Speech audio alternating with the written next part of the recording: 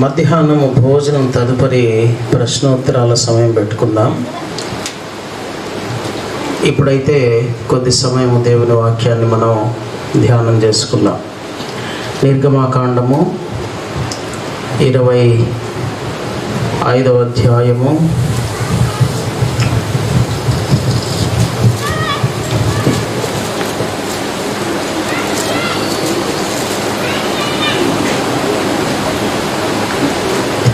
25వ అధ్యాయము 8-9 వచనములు చదువుకుందాం. నేను వారిలో నివసించున్నట్లు వారు నాకు పరిశుద్ధ స్థలమును నిర్మింపవలెను. నేను నీకు కనుపరుచు విధముగా ఆ మందిరం యొక్క రూపమును దాని ఉపకరణములన్నిటి రూపమును నిర్మింపవలెను. ప్రార్థన చేసుకుందాం. మహోన్నతుడైన మా దేవ, మహాఘనుడైన మా ప్రభువా, నీ ప్రశస్తమైన నామమునకు స్తోత్రాలు స్తుతులు చెల్లిస్తూ, నీ ప్రియకుమారుడైన యేసుక్రీస్తు ద్వారా మీరు మాకు అనుగ్రహించిన రక్షణ భాగ్యమును, రక్షణ పాత్రను చేతపుచ్చుకొని నీకే స్తోత్రాలు చెల్లిస్తూ, నీ పరిశుద్ధాత్మ ద్వారా మాకు రాయించిన లేఖనములను బట్టి వందనాలు స్తుతులు చెల్లించి, ఆ లేఖనములో నీ మనస్సును, నీ హృదయమును, నీ ఆత్మను మా కొరకై ఉంచి నీ చిత్తమును తెలియచేస్తున్నందుకై స్తుతిస్తున్నాం. ఇదిగో నేను వారిలో నివసించున్నట్లు పరిశుద్ధ స్థలమును నిర్మించాలి అని మీరు చెప్పిన వాక్యమును మేము ధ్యానం చేస్తుండగా, ఈ ఉదయకాలం వేళ కూడా మా అందరి మీద మీ పరిశుద్ధాత్మ శకీన మేఘము దిగివచ్చును గాక. మా అందరితోనూ నీ స్వరము వినిపింప చేయబడి మేమందరము తెప్పరిల్లు చేయబడి నీ వాక్యానుసారమైన జీవితము, విశ్వాసము మేము కలిగి మేము మహిమ నుండి అధిక మహిమలోనికి, సంపూర్ణతలోనికి మేము చేరగలుగుటకు ఈ మధ్యాహ్నము ఈ కోడికను కూడా మీరు అభిషేకించమని యేసుక్రీస్తు నామమున ప్రార్థించి స్తుతిస్తున్నాము తండ్రి. ఆమేన్. దేవుని బిడ్డలారా, మనము చదువుకునే వాక్య భాగంలో నేను వారిలో నివసించాలి అన్న కోరికను దేవుడే వ్యక్తం చేస్తూ ఉన్నాడు. అయితే రాత్రివేళ మనం చూసాము, ఎందుకు దేవుడు ఉండలేని పరిస్థితి వచ్చింది అసలు అంటే, మానవునిలో ఉన్న పాపము శరీరమును, ప్రాణమును, ఆత్మను 3 విభాగాలను పాడు చేసింది. ఆదికాండం 3వ అధ్యాయములో ఆత్మ పాడైపోయింది. 4వ అధ్యాయంలో ప్రాణము పాడైపోయింది. 6వ అధ్యాయంలో దేహము కూడా పాడైపోయింది. ఈ విధంగా 3 భాగాలు చెడిపోయిన దానిని బట్టి దేవుడు ఉండలేని పరిస్థితి వచ్చింది. ఇప్పుడు మళ్ళీ దేవుడు అంటున్నాడు, వారు ఒక పరిశుద్ధ స్థలాన్ని నిర్మించాలి, వారే నా కొరకు ఒక పరిశుద్ధ స్థలాన్ని నిర్మించాలి. ఈ 3 విభాగములు పాడైపోయినందుచేత దేవుడు తన ఆత్మతో, తన శరీరముతో, తన ప్రాణముతో వచ్చి ప్రాణాత్మ దేహములను యజ్ఞములో సమర్పించాల్సి వచ్చింది. తన శరీరము ముక్కలుగా చీల్చబడింది. తండ్రి, నీ చేతికి నా ఆత్మను అప్పగించున్నాను అని బిగ్గరగా కేక వేసి తన ప్రాణము విడిచెను. సో ప్రాణము, ఆత్మ, దేహము 3 కూడా మనలను పరిశుద్ధపరచడానికి దేవుడు వాడుకున్నాడు. అలాగున నేను వారిలో నివసించున్నట్లు పరిశుద్ధ స్థలము నిర్మించాలి, కానీ ఎవరికి తోచిన విధానములో వారు కాదు. మరి ఎలాగంటే, నేను నీకు చూపించు రూపము చొప్పున దానిని నిర్మించాలి, వాటి ఉపకరణములను కూడా నేను చూపించే రూపము చొప్పుననే నిర్మించాలి. ఇక్కడ క్రైస్తవ సంఘాల ఆచారాలన్నిటి మీద దెబ్బ పడుతుంది. ఏమిటంటే, దేవుడు ఒక మాదిరి చూపించాడు, ఆ మాదిరి కాకుండా మనం ఏది చేసినా అది వ్యర్థమైన ఆరాధన. వ్యర్థమైన ఆచారం అవుతుంది. మోషేకు నీకు తోచినట్టు చేయయ్యా, నువ్వు బాగా ఇంజనీరు కదా, ఐగుప్తు సకల విద్యలు అభ్యసించావు కదా, సో నీకు తోచింది ఒకటి మంచి డిజైన్ చేయమని మోషేకి ఇవ్వలేదు. అలాగే ఒక దైవ భక్తుడికి తానకు తోచిన విధానములో దేవుని సంఘమును నిర్మించమని దేవుడు పర్మిషన్ ఇవ్వలేదు. ఒక మంచి గాయకుడికి నీకు తోచిన విధానంలో నువ్వు ఆరాధన జరిగించయా అని దేవుడు ఇవ్వలేదు.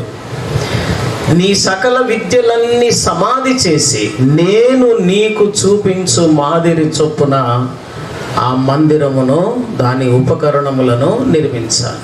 సో ఇప్పుడు దేవుని మందిర నిర్మాణములో మానవ ప్రమేయము ఏమాత్రము లేదు. మానవుడి యొక్క సొంత అభిప్రాయము, సొంత ఆలోచనలు ఏమాత్రము కూడా లేవు.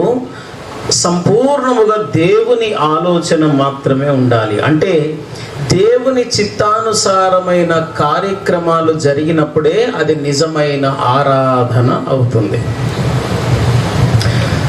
మనుషులు అనొచ్చు, లేచి నిలబడి చేతులు ఎత్తి ఆరాధన చేద్దామని, డ్యాన్స్ చేస్తూ ఆరాధన చేద్దామని, మోకరించి ఆరాధన చేద్దామని, మౌనముగా ఉండి ఆరాధన చేద్దామని, గట్టిగా అరచి భాషల్లో మాట్లాడుతూ ఎన్నైనా మీరు చెప్పండి. ఏదైనా ఎలాగై ఉండాలంటే అది దేవుడు చూపించిన మాదిరి అయి ఉండాలి. ఆ మాదిరి కానప్పుడు ఇక నీవు పూర్తిగా తప్పుడు ఆరాధనలే దేవునికి జరిగిస్తున్నావని అర్థం. ఇక దేవుడు చూపించిన మాదిరిని దేవుని వాక్యం చెప్పింది ప్రత్యక్ష గుడారము, సాక్ష్యపు గుడారము అని పేర్లు పెట్టింది. అయితే ఈ ప్రత్యక్ష గుడారంలో రాత్రి చెప్పారు 3 భాగాలు ఉన్నాయని చెప్పారు కదండి. ఈ ప్రత్యక్ష గుడారంలో 3 భాగాలు ఎందుకు అంటే దేవుడు తన త్రిత్వమును చూపిస్తూ మానవ గుడారము కూడా త్రిత్వముగా ఉన్నదని చూపించడానికి దేవుడు చూపించిన మాదిరి 3 భాగముల ప్రత్యక్ష గుడారం. సో దేవుడు 3 వ్యక్తులుగానే ఉన్నాడు, మానవుడు కూడా 3 వ్యక్తులుగా ఉన్నాడు. ఇప్పుడు లాజరు లేక ధనవంతుడు చనిపోయాడు, వాడి దేహమేమో ఇక్కడ సమాధిలో ఉంది, లేక సమాధి పెట్టెలో ఉంది. వాడేమో అక్కడ మాట్లాడుతున్నాడు.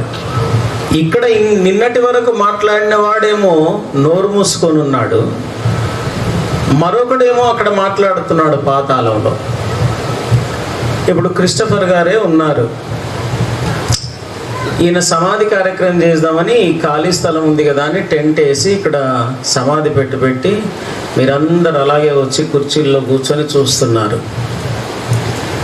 ప్రియులారా, మన ఎదుట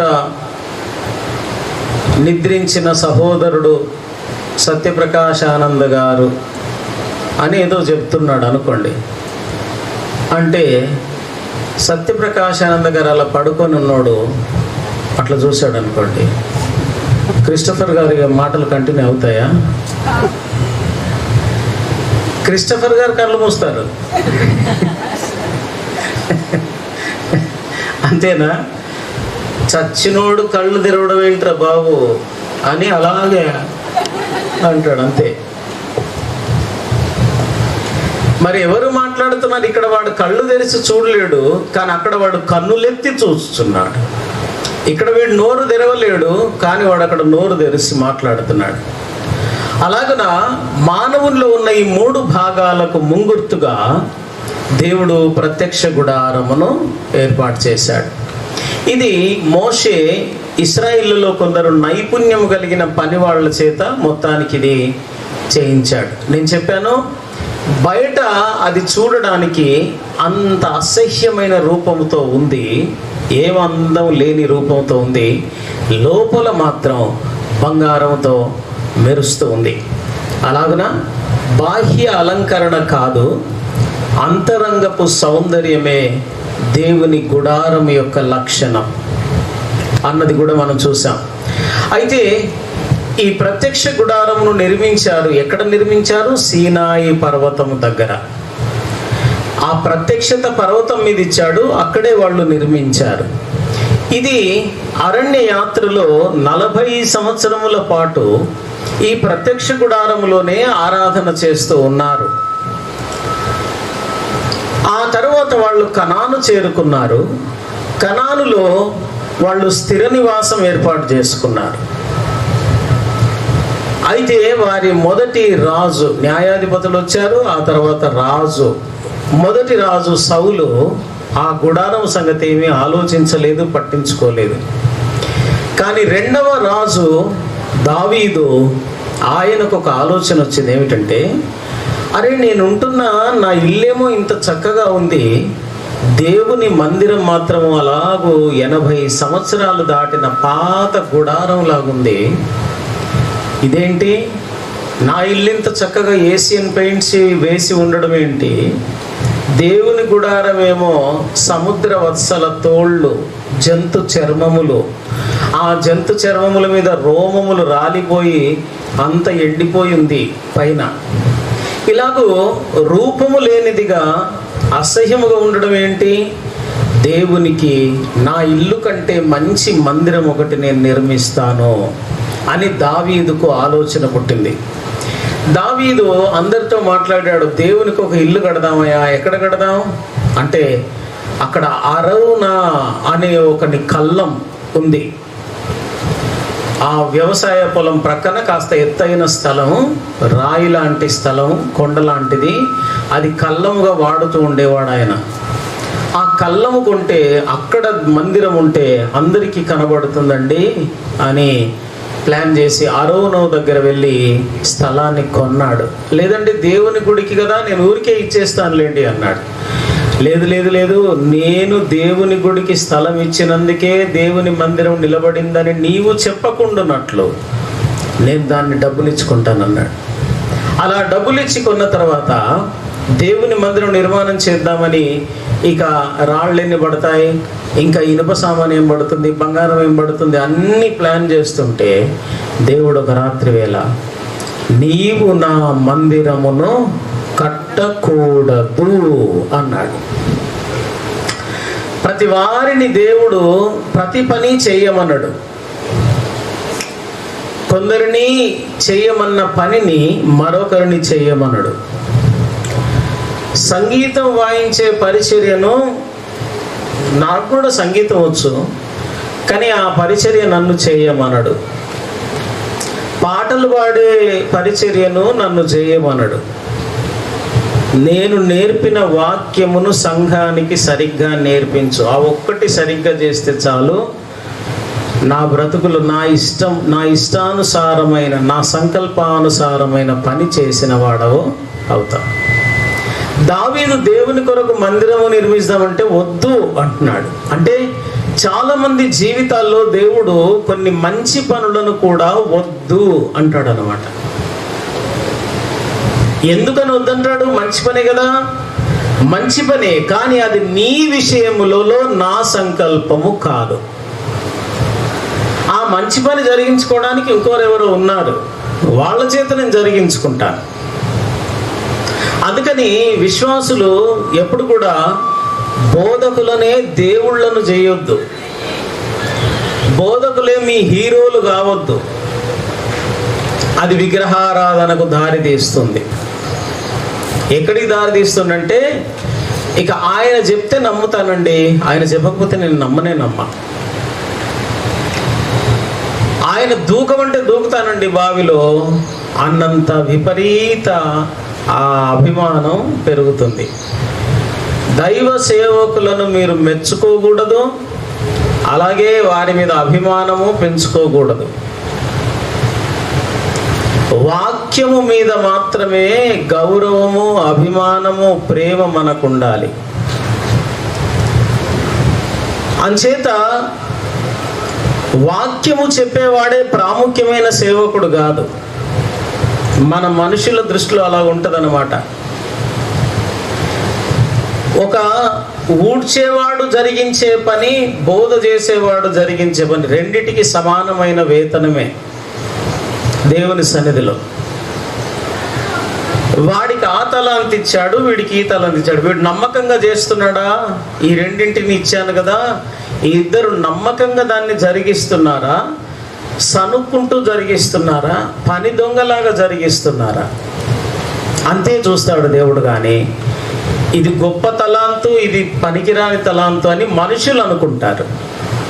దేవుని పనిలో ప్రతిదీ సమానమే. అందుకే ప్రత్యక్ష గుడారము నిర్మాణములో చాలా రకములైన పని వాళ్ళు అవసరమయ్యారు. అందరూ సమానమైన పని జరిగిస్తేనే గుడారము పరిపూర్ణంగా తయారు అయింది. అలాగే దావీదు కూడా అనేక పని వాళ్ళను వాడుకున్నాడు దేవుని మందిరం నిర్మించడానికి. అనేక మంది పని వాళ్ళు చేసిన పని యొక్క జీతము సమానమే. ఒకడు ప్రొద్దున వచ్చాడట వ్యవసాయ పనిలోనికి, ఒకడు 5 గంటలకు వచ్చాడట. 5 గంటలకు వస్తే వాడికి గంటకు ఒక 30 రూపాయలు అయితే వాడికి 30 రూపాయలు ఇవ్వాలి కదా.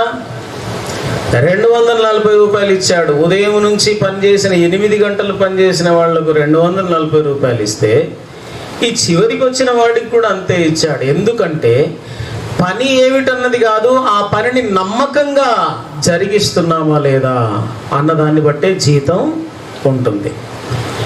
ఎంత ఎక్కువ చేశాడన్న దాన్ని బట్టి కాదు, ఎంత నమ్మకంగా చేశాడన్న దాన్ని బట్టి ఉంటుంది.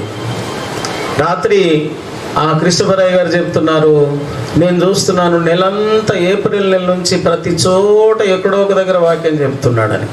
వాక్యం చెప్తున్నాడు నిజమే, అందులో వాడు నిజంగా హృదయపూర్వకంగా నమ్మకంగా బాధ్యతాయుతకంగా జరిగించింది ఎంత, ఏదో ఒకటి ఏడుద్దాంలే అని ఏడిచింది ఎంత. అర్థమైందా? నమ్మకత్వం. సో దావీదు దేవుని మందిరాన్ని నిర్మాణం చేయాలంటే వద్దు అన్నాడు. దేవుడు నీ బ్రతుకులో కొన్ని వద్దు అని చెప్పే మంచి పనులను కూడా నీవు ఆపేయాలంతే.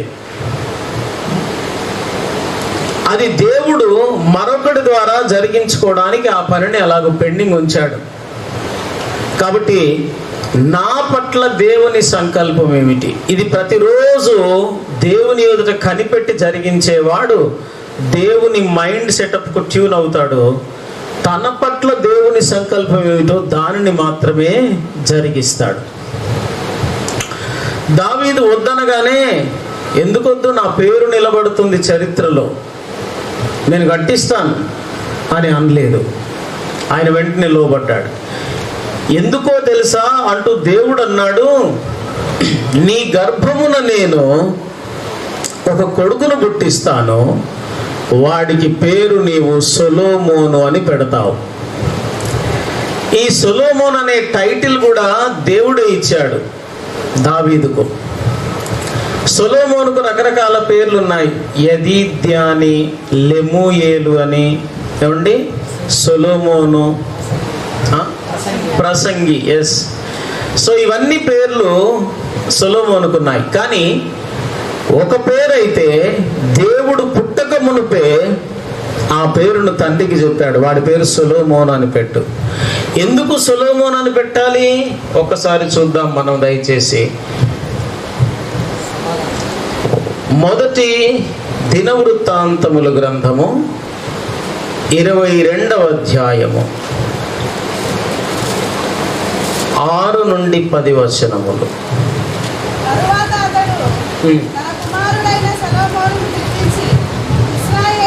దేవుడైన యెహోవాకు ఒక మందిరమును కట్టవలసినది అని అతనికి ఆజ్ఞ ఇచ్చాను. మరియు దావీదు సొలొమోనుతో కనెను, నా కుమారుడా, నేను నా దేవుడైన యెహోవా నామ ఘనత కొరకు ఒక మందిరమును కట్టించవలనని నా హృదయమందు నిశ్చయం చేసుకొని ఉండగా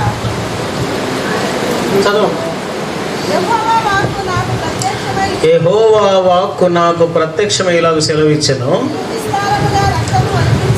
జాగ్రత్త వినాలి. ఎందుకు కట్టొద్దన్నాడు అనేది ప్రశ్న కదూ. ఎందుకు కట్టొద్దన్నాడో దేవుని వాక్యం చెప్తుంది అక్కడ. నీవు విస్తారముగా రక్తము చిందించితివి, గొప్ప యుద్ధములు జరిగించిన వాడు. ఫస్ట్ రీజన్ ఏంటి? ఫస్ట్ కారణం ఏంటి? నీవు విస్తారముగా రక్తమును చిందించావు. రెండవ కారణం ఏంటి? గొప్ప యుద్ధములు నీవు జరిగించావు. మూడవది,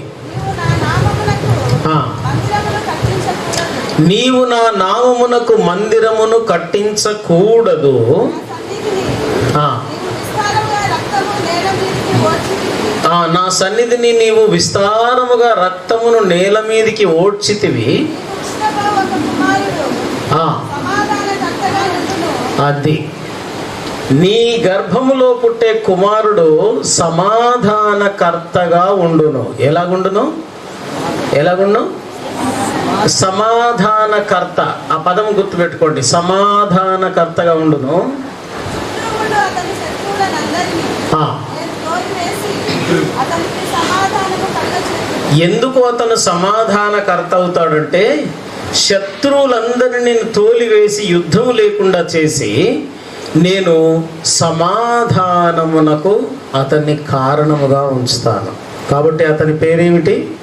సమాధానకర్త. ఈ సమాధానకర్త అనే పేరు బైబిల్లో మరొకరికి ఉంది. ఎవరికి జ్ఞాపకం ఉందా? ఎవరికైనా? యేసు ప్రభువుకు ఉంది. ఎవరు పెట్టారా పేరు? సమాధానకర్త అని యేసు ప్రభువుకు పేరు ఎవరు పెట్టారు? యెషయా గ్రంథము 9వ అధ్యాయము 6వ వచనం. యెషయా 9:6.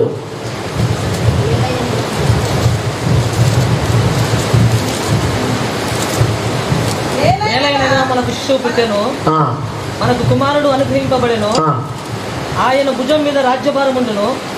ఆశ్చర్యకరుడు, ఆలోచనకర్త, బలవంతుడైన దేవుడు, నిత్యుడగు తండ్రి, సమాధానకర్తయగు అధిపతి అని అతని సమాధానకర్తయగు అధిపతి.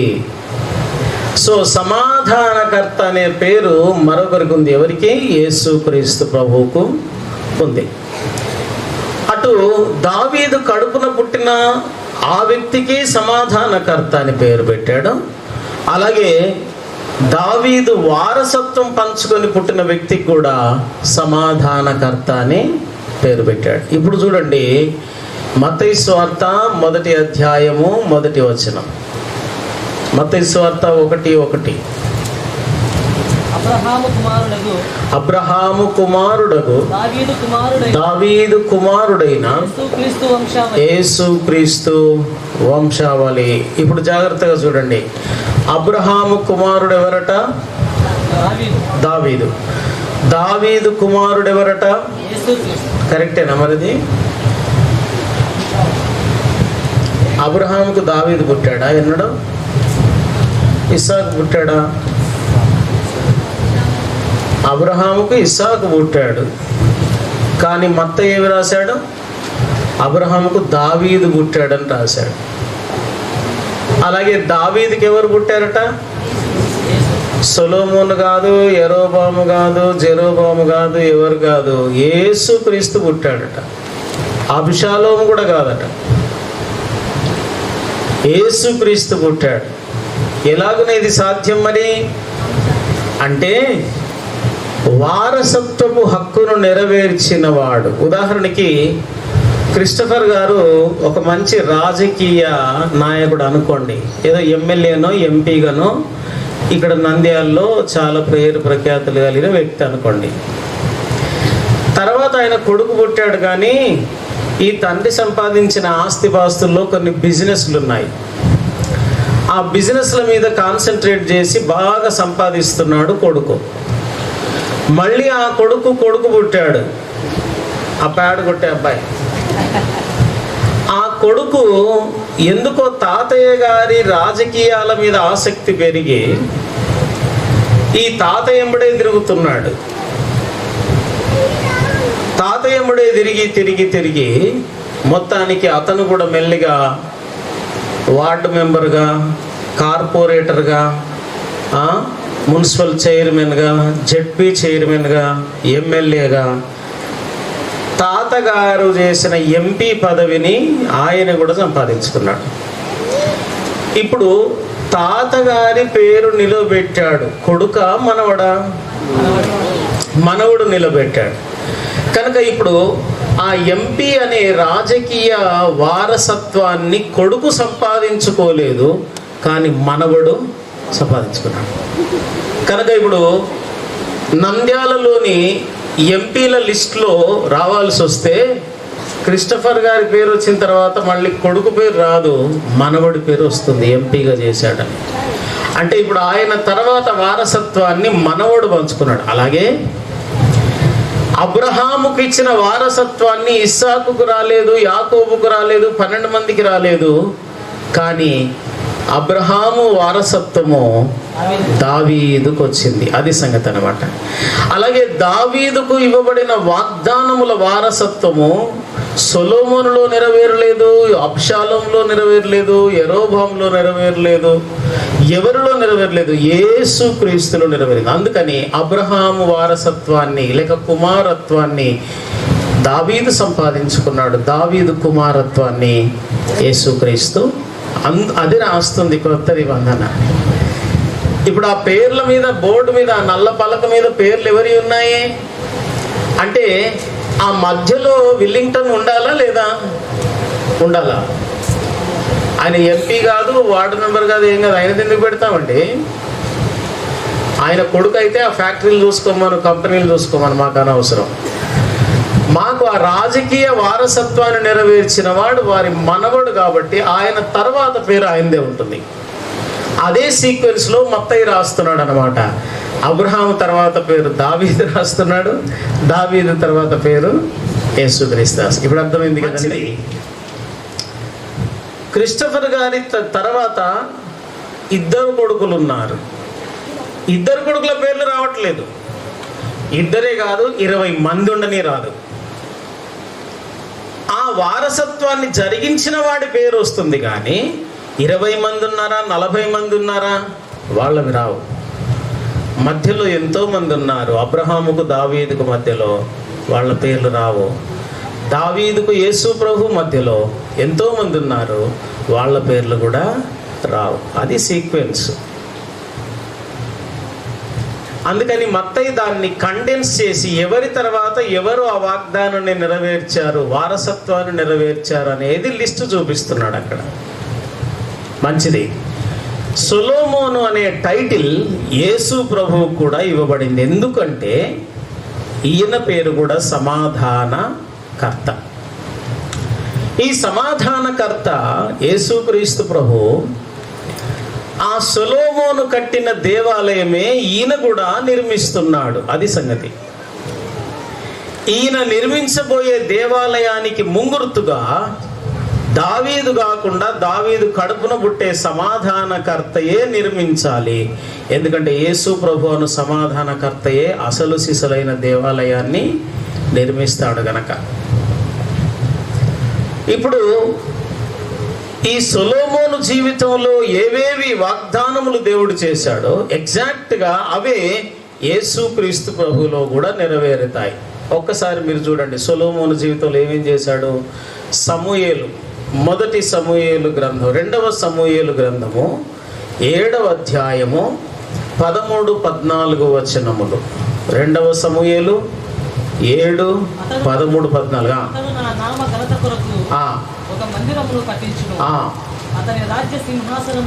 అతడు మొదట ఏమి చేయునట? నా నామ ఘనత కొరకైన ఒక మందిరమును కట్టిస్తాడు. ఏమండి, ఏమేం చేస్తాడో సొలొమోను గుర్తుపెట్టుకోండి. మందిరమును కట్టిస్తాడు. అతని రాజ్య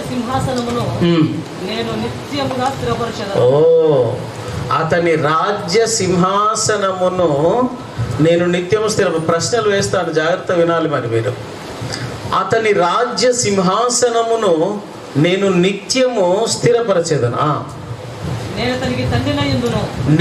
అతనికి తండ్రినై ఉందును. 3వది అది. అతడు నాకు కుమారుడై ఉండును. 4వది. అతడు పాపము చేసిన ఎడల నరుల దండముతోను మనుషులకు తగులు దెబ్బలతోను అతన్ని శిక్షించును గాని. Right, okay. ఇక్కడ ఒక 4 లక్షణములు చెప్పాడు. ఏమిటేమిటి ఒకసారి మళ్ళీ చెప్పండి. అతడు ఒక మందిరమును కట్టిస్తాడు, నిత్యము స్థిరపరచెదను, నేను తండ్రిని, వాడు నాకేమవుతాడు? కొడుకు అవుతాడు. సో దావీదుతో అంటున్నాడు, నీవు కాదయ్యా తండ్రివి, నేను వాడికి తండ్రిని. నీకు కాదు వాడు కొడుకు. సొలొమోను నాకు కొడుకు. ఇక్కడ 4 లక్షణాల్లో రెండవ లక్షణం దగ్గర నాకు ప్రశ్న ఉంది. ఏమిటంటే, అతని రాజ్యమును నేను నిత్యము స్థిరపరచెదను. సొలొమోను యొక్క రాజ్యము ఎల్లప్పుడూ ఉన్నదా, కూడిందా? ఉన్నదా? ఉన్నదంటున్నారు బ్రదర్, లేదంటున్నారు అయ్య గారు.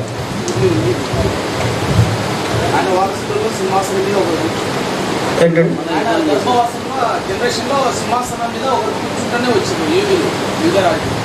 ఓకే, ఆ సింహాసనం ఇప్పుడు ఉందా? నిత్యము ఉండునున్నాడు కదా. నో, నిత్యం ఉండాలి అంటే 1947 వరకు అది సింహాసనం ఉందా? ఎప్పుడు? క్రీస్తుకు పూర్వము 700 కాలంలో సొలొమోను 1000 కాలంలో నివసించాడు. సొలొమోను తర్వాత రాజ్యము 2 భాగాలైంది. యరోబాము, రెహబాము, వీరిద్దరు దాన్ని డివైడ్ చేసుకున్నారు.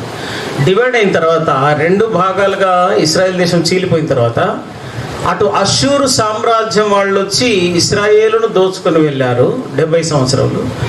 బబులోను వారు వచ్చి యూదా సామ్రాజ్యాన్ని దోచుకొని వెళ్ళారు. అప్పటి నుండి ఇశ్రాయేలీయులకు సింహాసనం అనేది ఉన్నదా లేదా? లేదా? వెరీ గుడ్, అట్లా అనాలి. నాకేం తెలుసు ఉందో లేదో అంటే ఏ బాధ లేదు.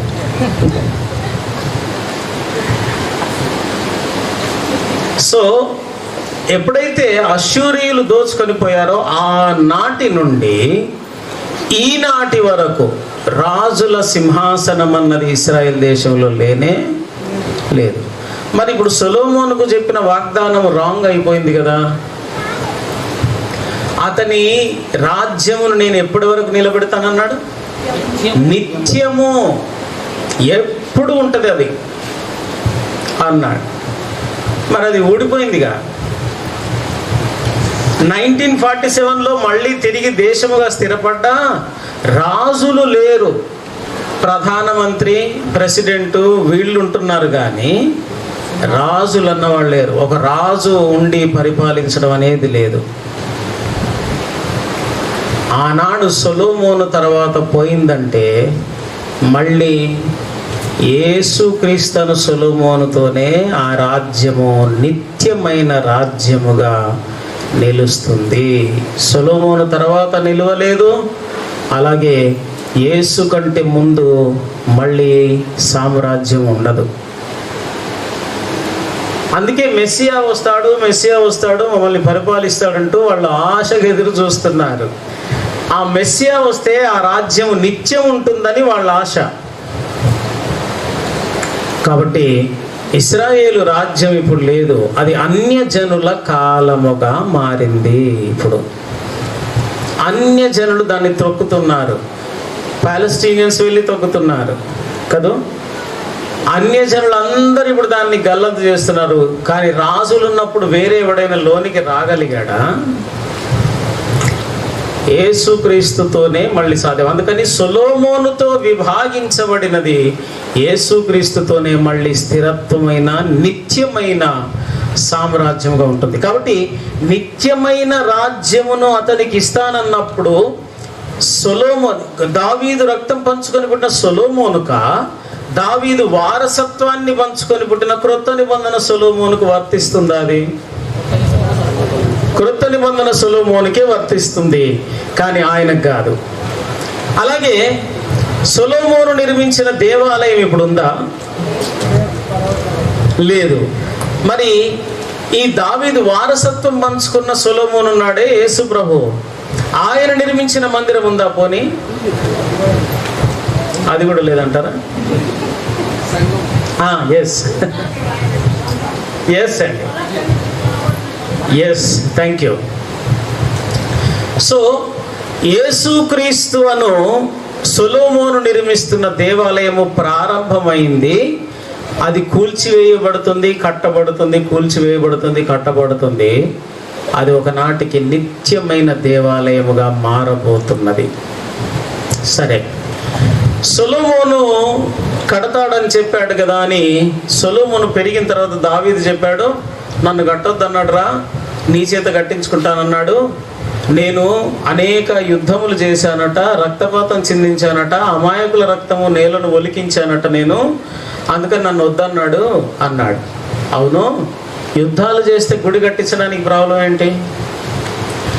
ఎంతోమంది కాంట్రాక్టర్లు సిమెంట్ దోపిడీ, లేబర్ దోపిడీ చేసి కానుకిస్తే దశం భాగం ఇస్తే మేము తీసుకోవట్లేదా?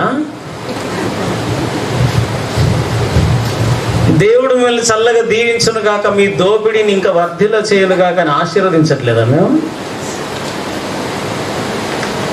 దేవుడే మీ ద్వారా సంఘం ఎలా కట్టాలని నేను ప్రార్థన చేస్తుండగా దేవుడే మీ ద్వారా సిమెంట్ బ్యాగులు 100 ఇప్పించాడండి అని చెప్పట్లేదా? అంత మోసం. సేవకులు కూడా అది మోసం అని తెలిసినా మోసపూరితమైన దాన్ని దేవుని మందిరంలో వాడడానికి ఇష్టపడుతున్నారు. ఏదైతే ఏంటండి, ఏదో ఒకటి చేసి గుడి అయితే కట్టేసేయాలి అంతే. అందరూ ఏమంటున్నారు, ఇంకా గుడి కట్టలేదా, ఇంకా గుడి కట్టలేదా అంటున్నారు. ఏం చేస్తాం మరి?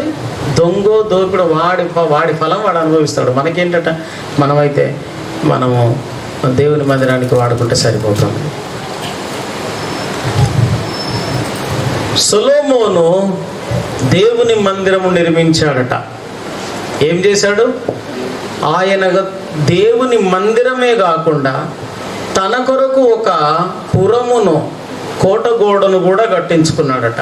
13 సంవత్సరాలు పట్టింది. ఎంతమంది పనివాళ్ళు చూస్తే ఆ మందిరం యొక్క గొప్పతనం ఎంతో మీకు అర్థమవుతుంది.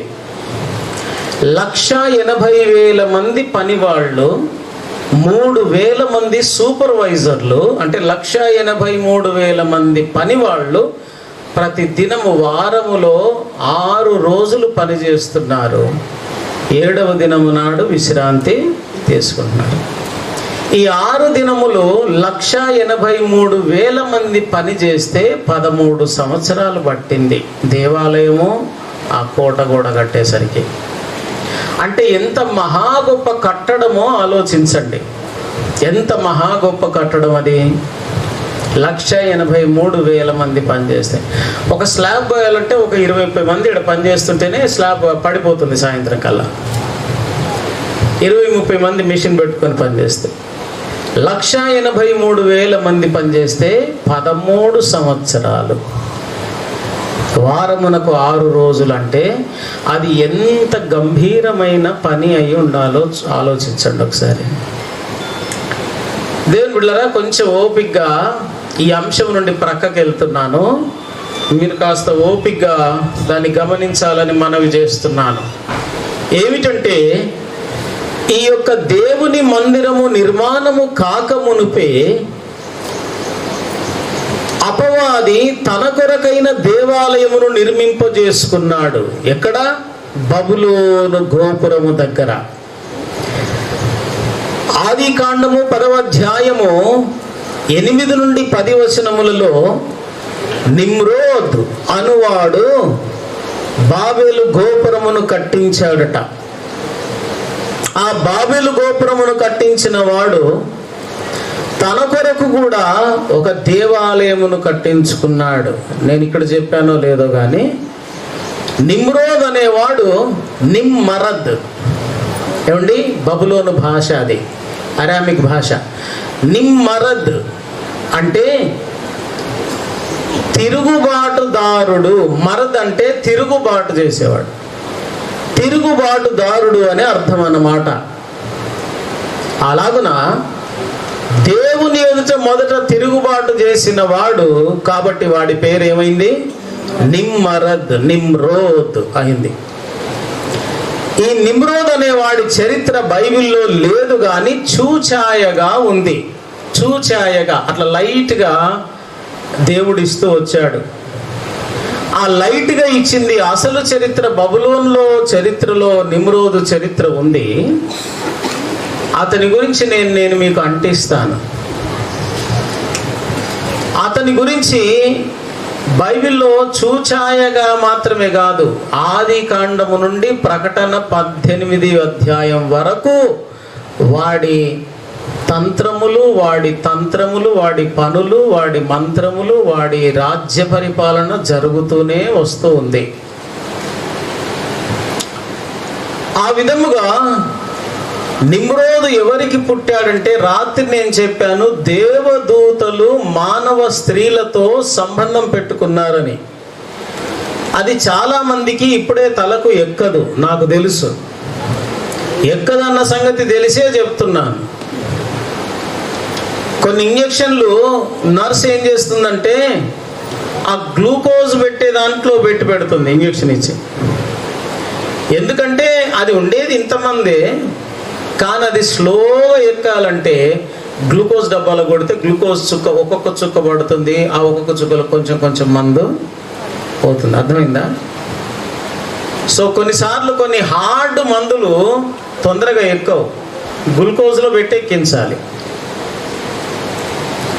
హార్డ్ సత్యాలు కూడా తొందరగా ఎక్కొద్దు కూడా. ఆ మందు తొందరగా ఎక్కింది అనుకోండి, అక్కడ వాపు రావడము, నొప్పి పెట్టడము అయ్యి మనిషి కింది మీద అయి పడిపోవడం జరుగుద్ది. అందుకే కొన్ని సత్యాలు చెప్తే మనుషులు కింది మీద అయిపోతున్నారు.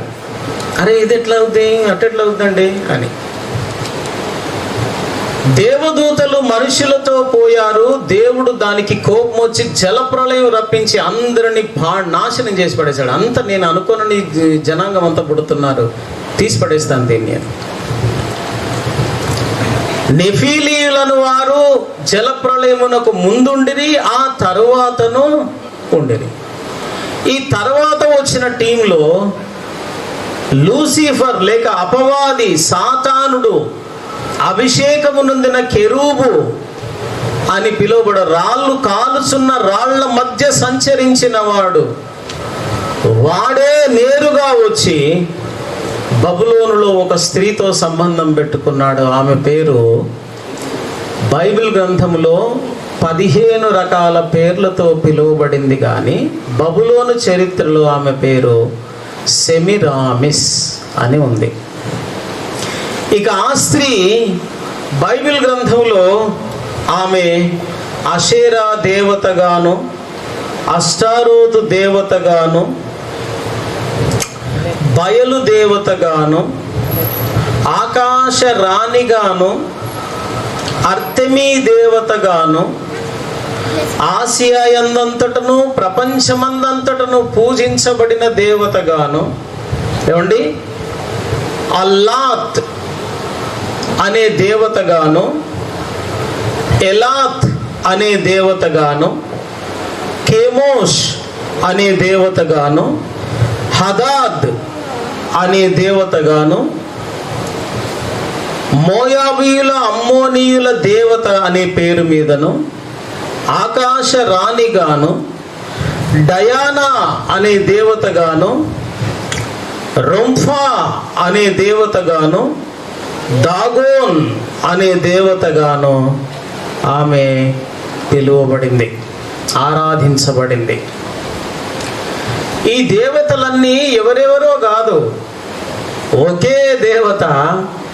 ఆ జాతులు భాషలు మారి అటటు పోయారు గనక ఆయా భాషల్లో ఆ దేవత రకరకాలుగా చరిత్రలో ఆరాధించబడింది. అయితే ఆశ్చర్యకరమైన విషయం ఆమె గురించి ఏమిటంటే, అపోస్తల కార్యములు 19వ అధ్యాయము 23 నుండి ఆమె ఎక్కడెక్కడ ఆరాధించబడిందో వ్రాయబడింది.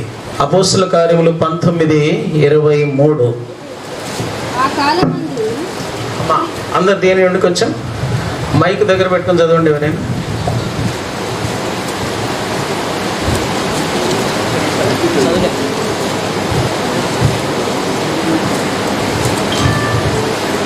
ఆ కాలమందు క్రీస్తు మార్గం గురించి చాలా అల్లరి కలిగాను. క్రీస్తు మార్గమును గురించి చాలా అల్లరి కలిగాను. ఎలాగనగా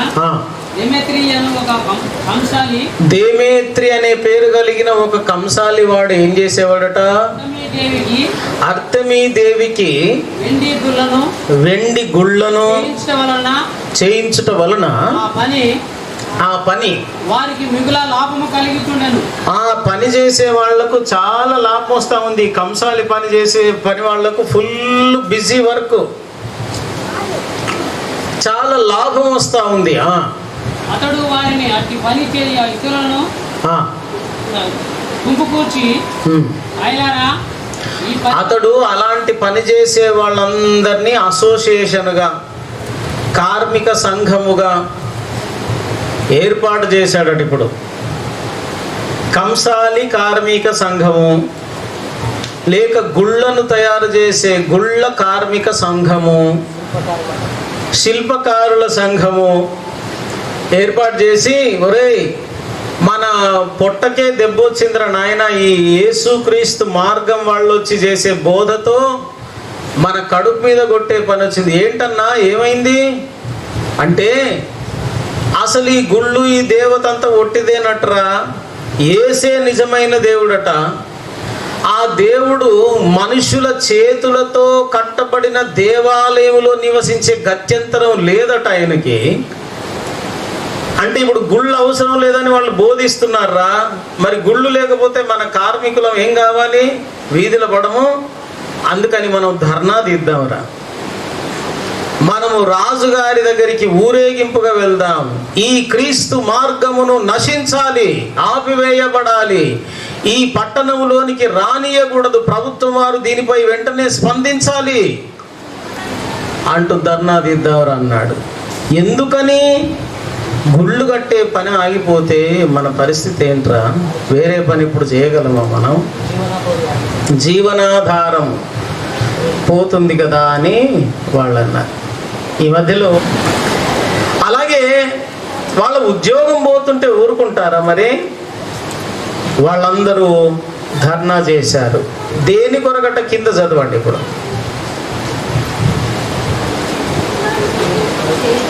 అతడు వారిని అట్టి పని చేయ ఇతరులను గుంపు కూర్చి అయ్యలారా, ఈ పని వలన మనకు జీవనము బహు బాగుగా జరుగుచున్నదని మీకు తెలియను. అయితే చేతులతో చేయబడినవి దేవతలు కావని ఈ పౌలు చెప్పి ఎఫెసులో మాత్రం పౌలు డైరెక్ట్ గా వాళ్ళ కడుపు మీద కొట్టేశాడు. ఈ కంసాలోలు చేసిన బొమ్మలు అసలు దేవుళ్లే కాదనేసాడు. చదువమ్మా. ఎఫెసులో మాత్రము కాదు, దాదాపు ఆసియా ఎందంతటా. ఎఫెసులో మాత్రమే కాదు, అర్తెమీదేవి ఆరాధించబడుతున్నది. దాదాపు ఆసియా ఎందంతటా. ఆసియాలో మన భారతదేశం ఉంది, ఆసియాలో మిడిల్ ఈస్ట్ ఉంది, ఆసియాలో ఇజ్రాయెల్ దేశం ఉంది, ఆసియాలో చైనా ఉంది, ఆసియాలో తైవాన్, అలాగే నేపాల్, బర్మా, హాంకాంగ్, సింగపూర్, ఇవన్నీ ఆసియాలో ఉన్నాయి. దాదాపు ఆసియా అంతటా ఆరాధించబడుతుంది అర్తెమీదేవి. చదువు ఇంకా. బహు జనమును ఒప్పించి త్రిప్పియున్న సంగతి మీరు చూసి విని ఉన్నారు కదా. మరియు ఈ మన వృత్తి యందు లక్ష్యము తప్పిపోవటయే గాక మహాదేవి అయిన అర్తెమీదేవి యొక్క మహాదేవి, ఈమె ఏ దేవతట? మహాదేవి అయిన ఈ అర్తెమీ దేవత తృణీకరింపబడి ఆసియా యందంతటను భూలోకమందును. అబ్బబ్బబ్బబ్బా, ఎక్కడ పూజించబడిందట ఈమె? భూలోకమందంతటను పూజించబడింది మహాదేవి. మన దగ్గర మహాదేవి భూలోకమందంతట ఆరాధించబడిన దేవత. ఎందుకు ఇది జ్ఞాపకం చేస్తున్నంటే, ఈమె ఏదో ఇండియాలో పుట్టిన మహాదేవత కాదు. ఈమె బబులోనులో పుట్టిన మహాదేవి. ఆ బబులోను మతము ప్రపంచమంతటికి చేరుకుంది కాబట్టి ప్రపంచమంతట పూజించబడింది. ఎక్కువగా మాట్లాడారా? మా ఆసియాలో ఆమెను ఇంకెక్కువ మొక్కుతాం మేము, అంతే. ఆసియా అందంతటను భూగోళమందంతటను పూజించబడిన దేవత. ఈమె పేరు అర్తెమీ దేవత అని ఎఫెసు వాళ్ళు ఆ పేరు పెట్టుకొని ఆరాధిస్తున్నారు. ఈ దేవత మొట్టమొదటిగా సాతానుతో లైంగిక సంబంధము కలిగి ఉన్న స్త్రీ. ఈ స్త్రీకి సాతానుడి ద్వారా పొందిన ఆ క్షుద్ర శక్తులు, మాంత్రిక శక్తులు అన్నీ ఈమెకు వచ్చాయి గనక ప్రపంచంలోనే ఈమె దేవత అయి పూజించబడింది. సాతానుకు ఈమెకు పుట్టిన వాడే నిమ్రోదు. దేవుని ఎదుట తిరుగుబాటు చేసే శరీరి. అక్కడేమో ఆత్మ సంబంధి అయిన దేవదూత దేవునికి తిరుగుబాటు చేశాడు. వాడొచ్చి ఇక్కడ కొడుకును కంటే భూమి మీద శరీరమును ధరించుకున్న ఒకడు దేవునికి తిరుగుబాటుదారుడయ్యాడు. ఇలాగున నిమ్రోదు ఆమెకు పుట్టాడు. జాగ్రత్తగా వినండి. నిమ్రోదు పుట్టాడా? పుట్టాడు. ఇప్పుడు నిమ్రోదుకి ఏం కావాలి? ఆమె సెమిరామిస్ అని చెప్పాను. ఆమె పేరు బబులోన్లో అట్లా రాసుకున్నారు. అర్తెమీ దేవత అనండి. ఎవరు ఈమెకి ఏం కావాలి? నిమ్రోదు గట్టిగా చెప్పండి. వాళ్ళ కొడుకు. మంచిదే. కొడుకు మళ్ళీ ఆ తల్లినే పెళ్లి చేసుకున్నాడు. తల్లినే పెళ్లి చేసుకొని, మీరు పక్కల ముఖం చూడని అవసరం లేదు, వాడు చేసుకున్నాడు. మీరు పక్కల ముఖం చూస్తే ఏంది, ముందుటల ముఖం చూస్తే అట్లా ఉంది అంటే అట్లా అయింది. ఆడ మరి ఏం చేస్తాం? ఇటు పక్కల ముఖం చూసిన తర్వాత ఆడ కాకుండా పోద్దా? అని చూడగానే ఆగిపోద్దా పెళ్ళి? అక్కడ అది అయిపోయింది ఎప్పుడో.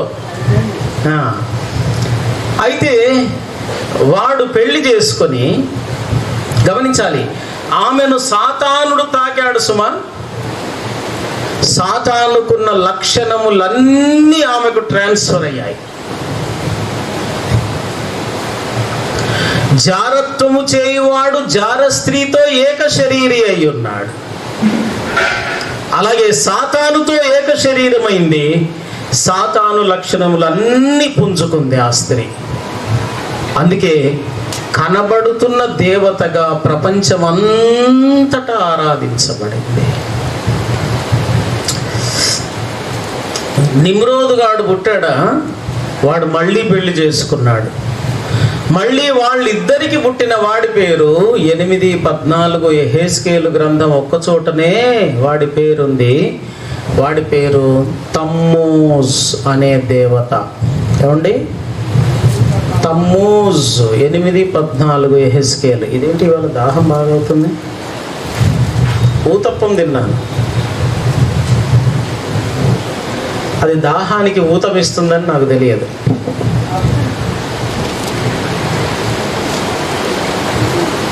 యెహోవా మందిరపు ఉత్తర ద్వారం దగ్గర నన్ను దింపగా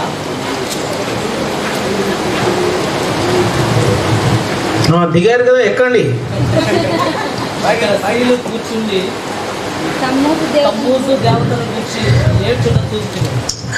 అనేక మంది స్త్రీలు తమ్మూజ్, ఈ తమ్మూజ్ అనే పేరు ఇక్కడ ఒక్క దగ్గరే ఉంది బైబిల్ మొత్తంలో. సౌదీ అరేబియా వెళ్ళినప్పుడు అరబ్బీలో చూసి చదివాను నేను, తమ్మూజ్ ఎలక్ట్రానిక్స్ అని అరబ్బీలో రాశారు. Tammuz electronics. అరే తమ్మూజ్ గడి పేరు ఇక్కడ ఎందుకు వస్తుంది అనుకున్నాను.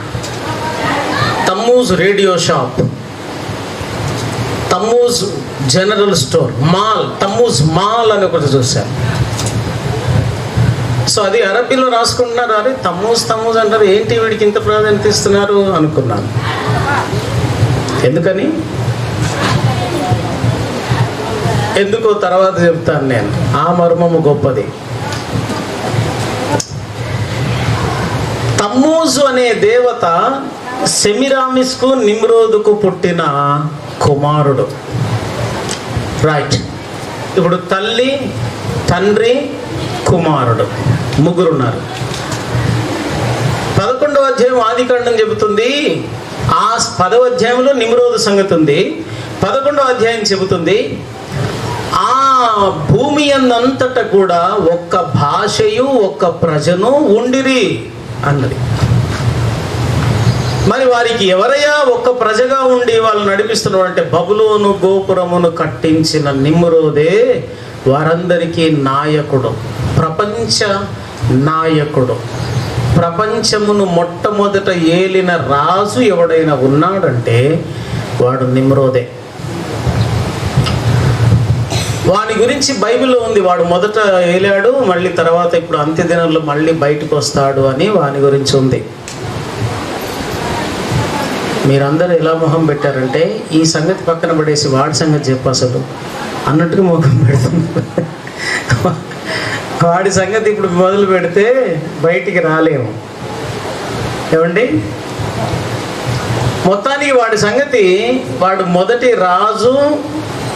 మొదటి రాజే కాదు, లాస్ట్గా కూడా వాడు వచ్చే 8వ రాజుగా వాడే వస్తాడు అని ప్రకటన గ్రంథం 17వ అధ్యాయము 9 నుండి 11 వచనాల్లో ఉంది. ఇప్పుడు తిప్పకండి, మళ్ళీ మీరు తిప్పారనుకోండి నేను వివరించాల్సి వస్తుంది. అది ఇట్ టేక్స్ టైం, సమయం పోతుంది.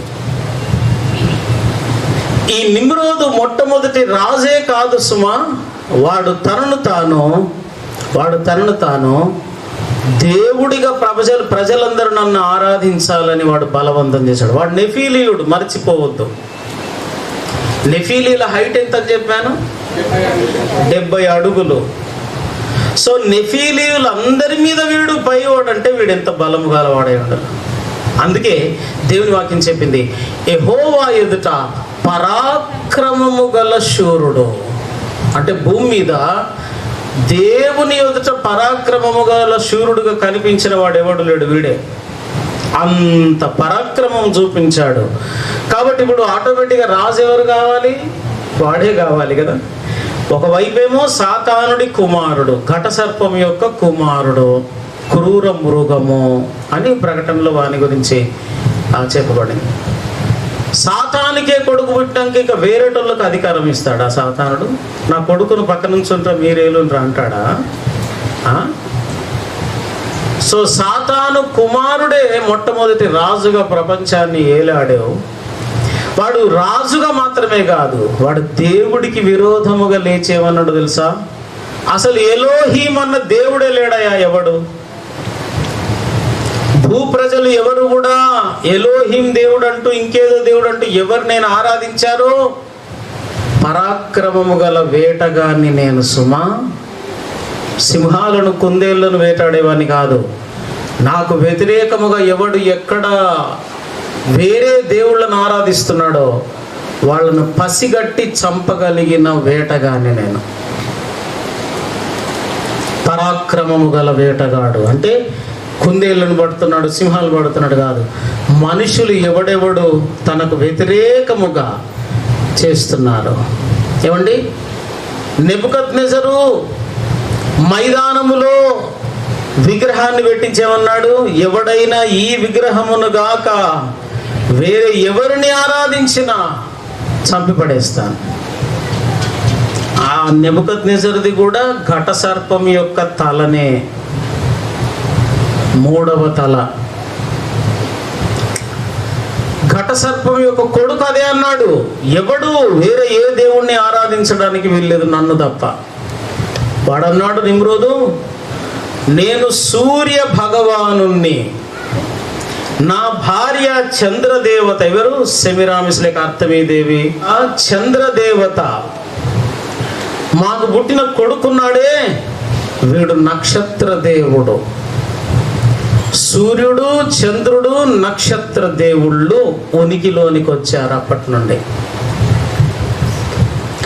తండ్రి, తల్లి, కొడుకు దేవుళ్ళుగా ఆరాధించబడడం అప్పటి నుండి ప్రారంభమైంది. ఇప్పుడు నాకు చెప్పండి, అక్కడి నుండి వచ్చింది. అర్థమైందా ఇప్పుడు మీకు? తండ్రిని, తల్లిని, కొడుకును పూజించడం అనేది బబులోను నుండి, భారతదేశంలోనే కాదు సుమా, ప్రతి సంస్కృతిలోనూ వచ్చేసింది. అది ఎక్కడ చూసినా మీరు తండ్రి, తల్లి, కొడుకు ఆరాధన ఉంటుంది. పైగా బైబిల్ చెప్పింది తమ్మూజు దేవతను గురించి. వాళ్ళ తమ్మూజు గాడు దేవతే. అందుకే లెంట్ డేస్ అనేది బైబిల్ పద్ధతి కాదు అని చెప్తున్నాను. లెంట్ డేస్ అంటే ఏంది? లెంట్ అంటే లాటిన్ పదంలో దుఃఖ దినములు అని అర్థం. ఎవరి గురించి దుఃఖ దినములు సలిపారట? యేసుప్రభు గురించి సలిపారా? తమ్మూజు దేవతను గురించి సలిపారా? తమ్మూజు దేవతను గురించి 40 దినములు దుఃఖ దినములు సలిపితే అదే సిద్ధాంతము బబులోను నుండి రోమన్ మతములోనికి వచ్చింది. రోమన్ మతములో ఉన్న కాన్స్టంటైన్ చక్రవర్తి క్రైస్తవుడు కావడంతో క్రిస్టియానిటీలోనికి కూడా ఆ దుఃఖ దినములను జరిగించడం అనేది వచ్చింది. సో అలాగున లెంట్ డేస్ అనేది తమ్మూసు దేవతను గురించి ఏడ్చిన దినములనే బైబిల్లో, క్రిస్టియానిటీలో ఈ యొక్క యేసు ప్రభువుని గురించి ఏడ్చే దినములుగా పెట్టారు. ఆయనేమో ఒదికు అప్పుడు ఒక్కరోజే తన గురించి ఏడుస్తున్న ఆడవాళ్ళను పట్టుకొని, అమ్మలారా నా గురించి ఒక్కరోజు ఏడవకండి, 40 దినములు ఏడవండి అన్నాడా? మీరు ఈరోజు నేను సిలువ పట్టుకొని పోతుంటే ఏడుస్తున్నారు, మీరు ఇంతకు ముందే 39 రోజుల నుండి ఏడవాల్సి ఉండే అన్నాడా? నా నిమిత్తము ఏడవకండి, ఒక్కరోజే ఏడవకండి, 40 దినాలు ఏడవని ఎవడు చెప్పాడు మీకు? 40 దినములు నాన్ వెజిటేరియన్ ముట్టుకోవద్దని ఎవడు చెప్పాడు? 40 దినముల్లో పెళ్లి ముహూర్తాలు, ఎంగేజ్మెంట్లు, పెళ్లిళ్ళు జరపొద్దని ఎవడు చెప్పాడు? అవి తమ్మూజు దుఃఖ దినములు కాబట్టి, దుఃఖము దేవుని గురించి ఏడుస్తుంటే మీరు పెళ్ళిళ్ళు చేసుకుంటారట్రా? చేసుకోవద్దు అన్నాడు అన్నమాట. ఆ సిద్ధాంతమును, ఆ మూఢాచారమును, ఆ అన్య ఆచారమును క్రైస్తవ సంఘం ఈనాడు majority of the main line churches have been following that. పైగా ఇక దానికి వాళ్ళ లాజిక్, దానికి వాళ్ళు ఏదో వచనం చూయించుకోవడం, బుద్ధిహీనత. అందుకే మెయిన్ లైన్ చర్చిగా ఉన్న రోమన్ కేథలిక్ సంఘాన్ని ఆనాడు విడిచిపెట్టాడు మార్టిన్ లూథర్. మెయిన్ లైన్ వద్దు, ఏ లైన్ వద్దు, నాకు వాక్యపు లైన్లకు వెళ్ళి నేను నడిస్తే చాలనుకున్నాడు ఆయన. దేవుని బిడ్డలారా, ఇలాంటి మూఢాచారాలు నమ్మగలిగినప్పుడు క్రీస్తుతో వివాహం అసాధ్యం. మెట్టుకు వాడు నిమ్రోదు తనకు తాను దేవాలయం ఒకటి కట్టించుకున్నాడు. జాగ్రత్త వినండి, ఇప్పుడు మీకు మళ్ళీ భారతదేశంలో అది కనబడుతుంది. దేవాలయము ఎక్కడుండాలట? మనుషులకు సమానమైన ఇండ్లతో ఉండొద్దు. ఇలాగ మెట్లు వేసి 18 మెట్లు అంటారో 29 మెట్లు అంటారో అలాగున పైకేసి అక్కడ కట్టాలి. దాని పేరు జగ్గూరత్ దేవాలయము అన్నారు. నిమ్రోదు కట్టించుకున్న దేవాలయం పేరేమిటి? జగ్గూరత్. జడ్తో ప్రారంభం అవుతుంది. జగ్గూరత్ టెంపుల్ అని ఇప్పుడు లంచ్కు నేను వదిలిపెట్టుడు పాపం. మీ సెల్ ఫోన్లలో మొహం పెట్టి అది కొట్టి చూడండి. వాట్సాప్ చూసే బదులు అది కొట్టి చూడండి. లేకపోతే ప్లేట్ పట్టుకొని ఎగబడి తిన్నాకనైనా చూడండి. Ziggurat temple is the first temple in the world which is built by Nimrod. దేవుడు కానివానికి దేవాలయం ఉంది, మరి విశ్వాన్ని సృజించిన దేవుడికి మాత్రము దేవాలయము లేదు. అందుకు దావీదుకు అర్థమైంది, వాడికి నిమ్రోదు గాడికి వాడి భార్యకు వాళ్ళ కొడుక్కి జగ్గూరత్ టెంపుల్ అంత మెట్లెక్కిచ్చి కట్టుకున్నాడు కదా. ఏమండి, మెట్లెక్కే దేవాలయాలు ఉన్నాయా మన దగ్గర? ఉన్నాయా? ఈ దేవాలయములు ఇలాగున మెట్లతో పైకి ఉండాలనే కాన్సెప్ట్ ఇప్పటిది కాదు. అది బబులోను దగ్గర నుండే స్ప్రెడ్ అయింది అంతా కూడా. సో దావీదు ఆలోచన చేశాడు, పనికి మాలిన వాడికి దేవాలయం కట్టి ప్రజలందరూ అక్కడికి వెళ్ళి, అక్కడ తమ్మూజు దేవత విగ్రహం ఉండేది. ఎలా ఉండేది అంటే, ఇలాగ తమ్మూజు దేవత ఒక కుర్చీ మీద కూర్చొని ఇలాగున చేతులు పట్టుకొని ఉంటాడు. ఇలా చేతులు పట్టుకొని ఉంటాడు. ఎందుకంటే ఈ 18 మెట్లెక్కి దేవతకు వాళ్ళ పిల్లలను బలిగా ఇచ్చేవారు. ఆ చేతుల్లో పిల్లవాడిని పెట్టి ఇలా పెట్టేసి మధ్యలో నరికేవారు. అంతే. ఆ 2 ముక్కలు అలాగునొచ్చి ఆయన పాదముల మీద పడేవి. అప్పుడు ఆ రక్తము ఆయన పాదముల మీద పడితే దేవుడు అంగీకరించాడు మన బలిని. అలాగున నరమేధం అనేది భారతదేశంలో పుట్టింది కాదు. నరమేధం అక్కడి నుండే వచ్చింది. ఏమండి, మేము సేవ చేస్తున్నప్పుడు India campus crusade for Christ వారిది ఈ జీసస్ ఫిల్మ్ వేస్తున్నాం తెలుగులో. ప్యాషన్ ఆఫ్ ద క్రైస్ట్ రాకముందు జీసస్ ఫిల్మ్ ఇంగ్లీష్తో ఒకటి ఉంది కదా, అది వేస్తున్నాం. అక్కడ ప్రొజెక్టర్ పెట్టాము, ఇక్కడ స్క్రీన్ పెట్టాము. వేస్తూ ఉంటే ఆ ప్రొజెక్టర్ నుంచి వెనక్కి ఇలాగ రౌండ్గా పిల్లలు కూర్చున్నారు, ఆ వెనకాల పెద్ద మనుషులు వస్తున్నారు మెల్లమెల్లిగా. ఒక పెద్ద పాము సరిగ్గా ఇక్కడికి వచ్చింది, చాలా ఇంత లావు ఉన్నది, అది పొడవుగా ఉంది, అంత పొడవు. ఇక్కడికి వచ్చి సరిగ్గా సెంటర్లో తల ఇలాగ పెట్టి ఇలాగ ఊపింది కాసేపు, అంతే. ఇక్కడ సినిమా చూసే వాళ్ళందరూ పారిపోయారు, ఒక్కరు లేరు. 2 నిమిషాల్లోనే ఒక్కరు లేరు. మా వాళ్ళు కూడా ప్రొజెక్టర్ ఆపరేట్ చేసేవాళ్ళు, ఇండియా క్యాంపస్ క్రూసేడ్లో వచ్చిన 2 యవనస్తులు, వాళ్ళు పారిపోయారు. సో అందరూ పారిపోయి ఇళ్ళలో ఉండి చూస్తున్నారు, ఇలాగ తొంగి చూస్తున్నారు. మొత్తానికి ఆ పాము ఇలాగ వచ్చింది, నా కళ్ళతో చూసి చెప్తున్నాను, ఇలాగ వచ్చింది, అక్కడే మాయమైపోయింది. ఎటో పోలేదు, ఇట్లా చాలా లావుగా ఉంది. దాని అచ్చు కూడా లేదు, ఇలా ఇసుక ఉంది అక్కడ కూడా, మట్టి అచ్చు ఉండాలా, అంత లావుది. ఇలాగ వస్తే అచ్చు లేదు అక్కడ. ఇలాగ వచ్చింది, ఇలా ఊపింది, అందరు పారిపోయేసరికి అలాగన మాయమైపోయింది, లేదు అక్కడ.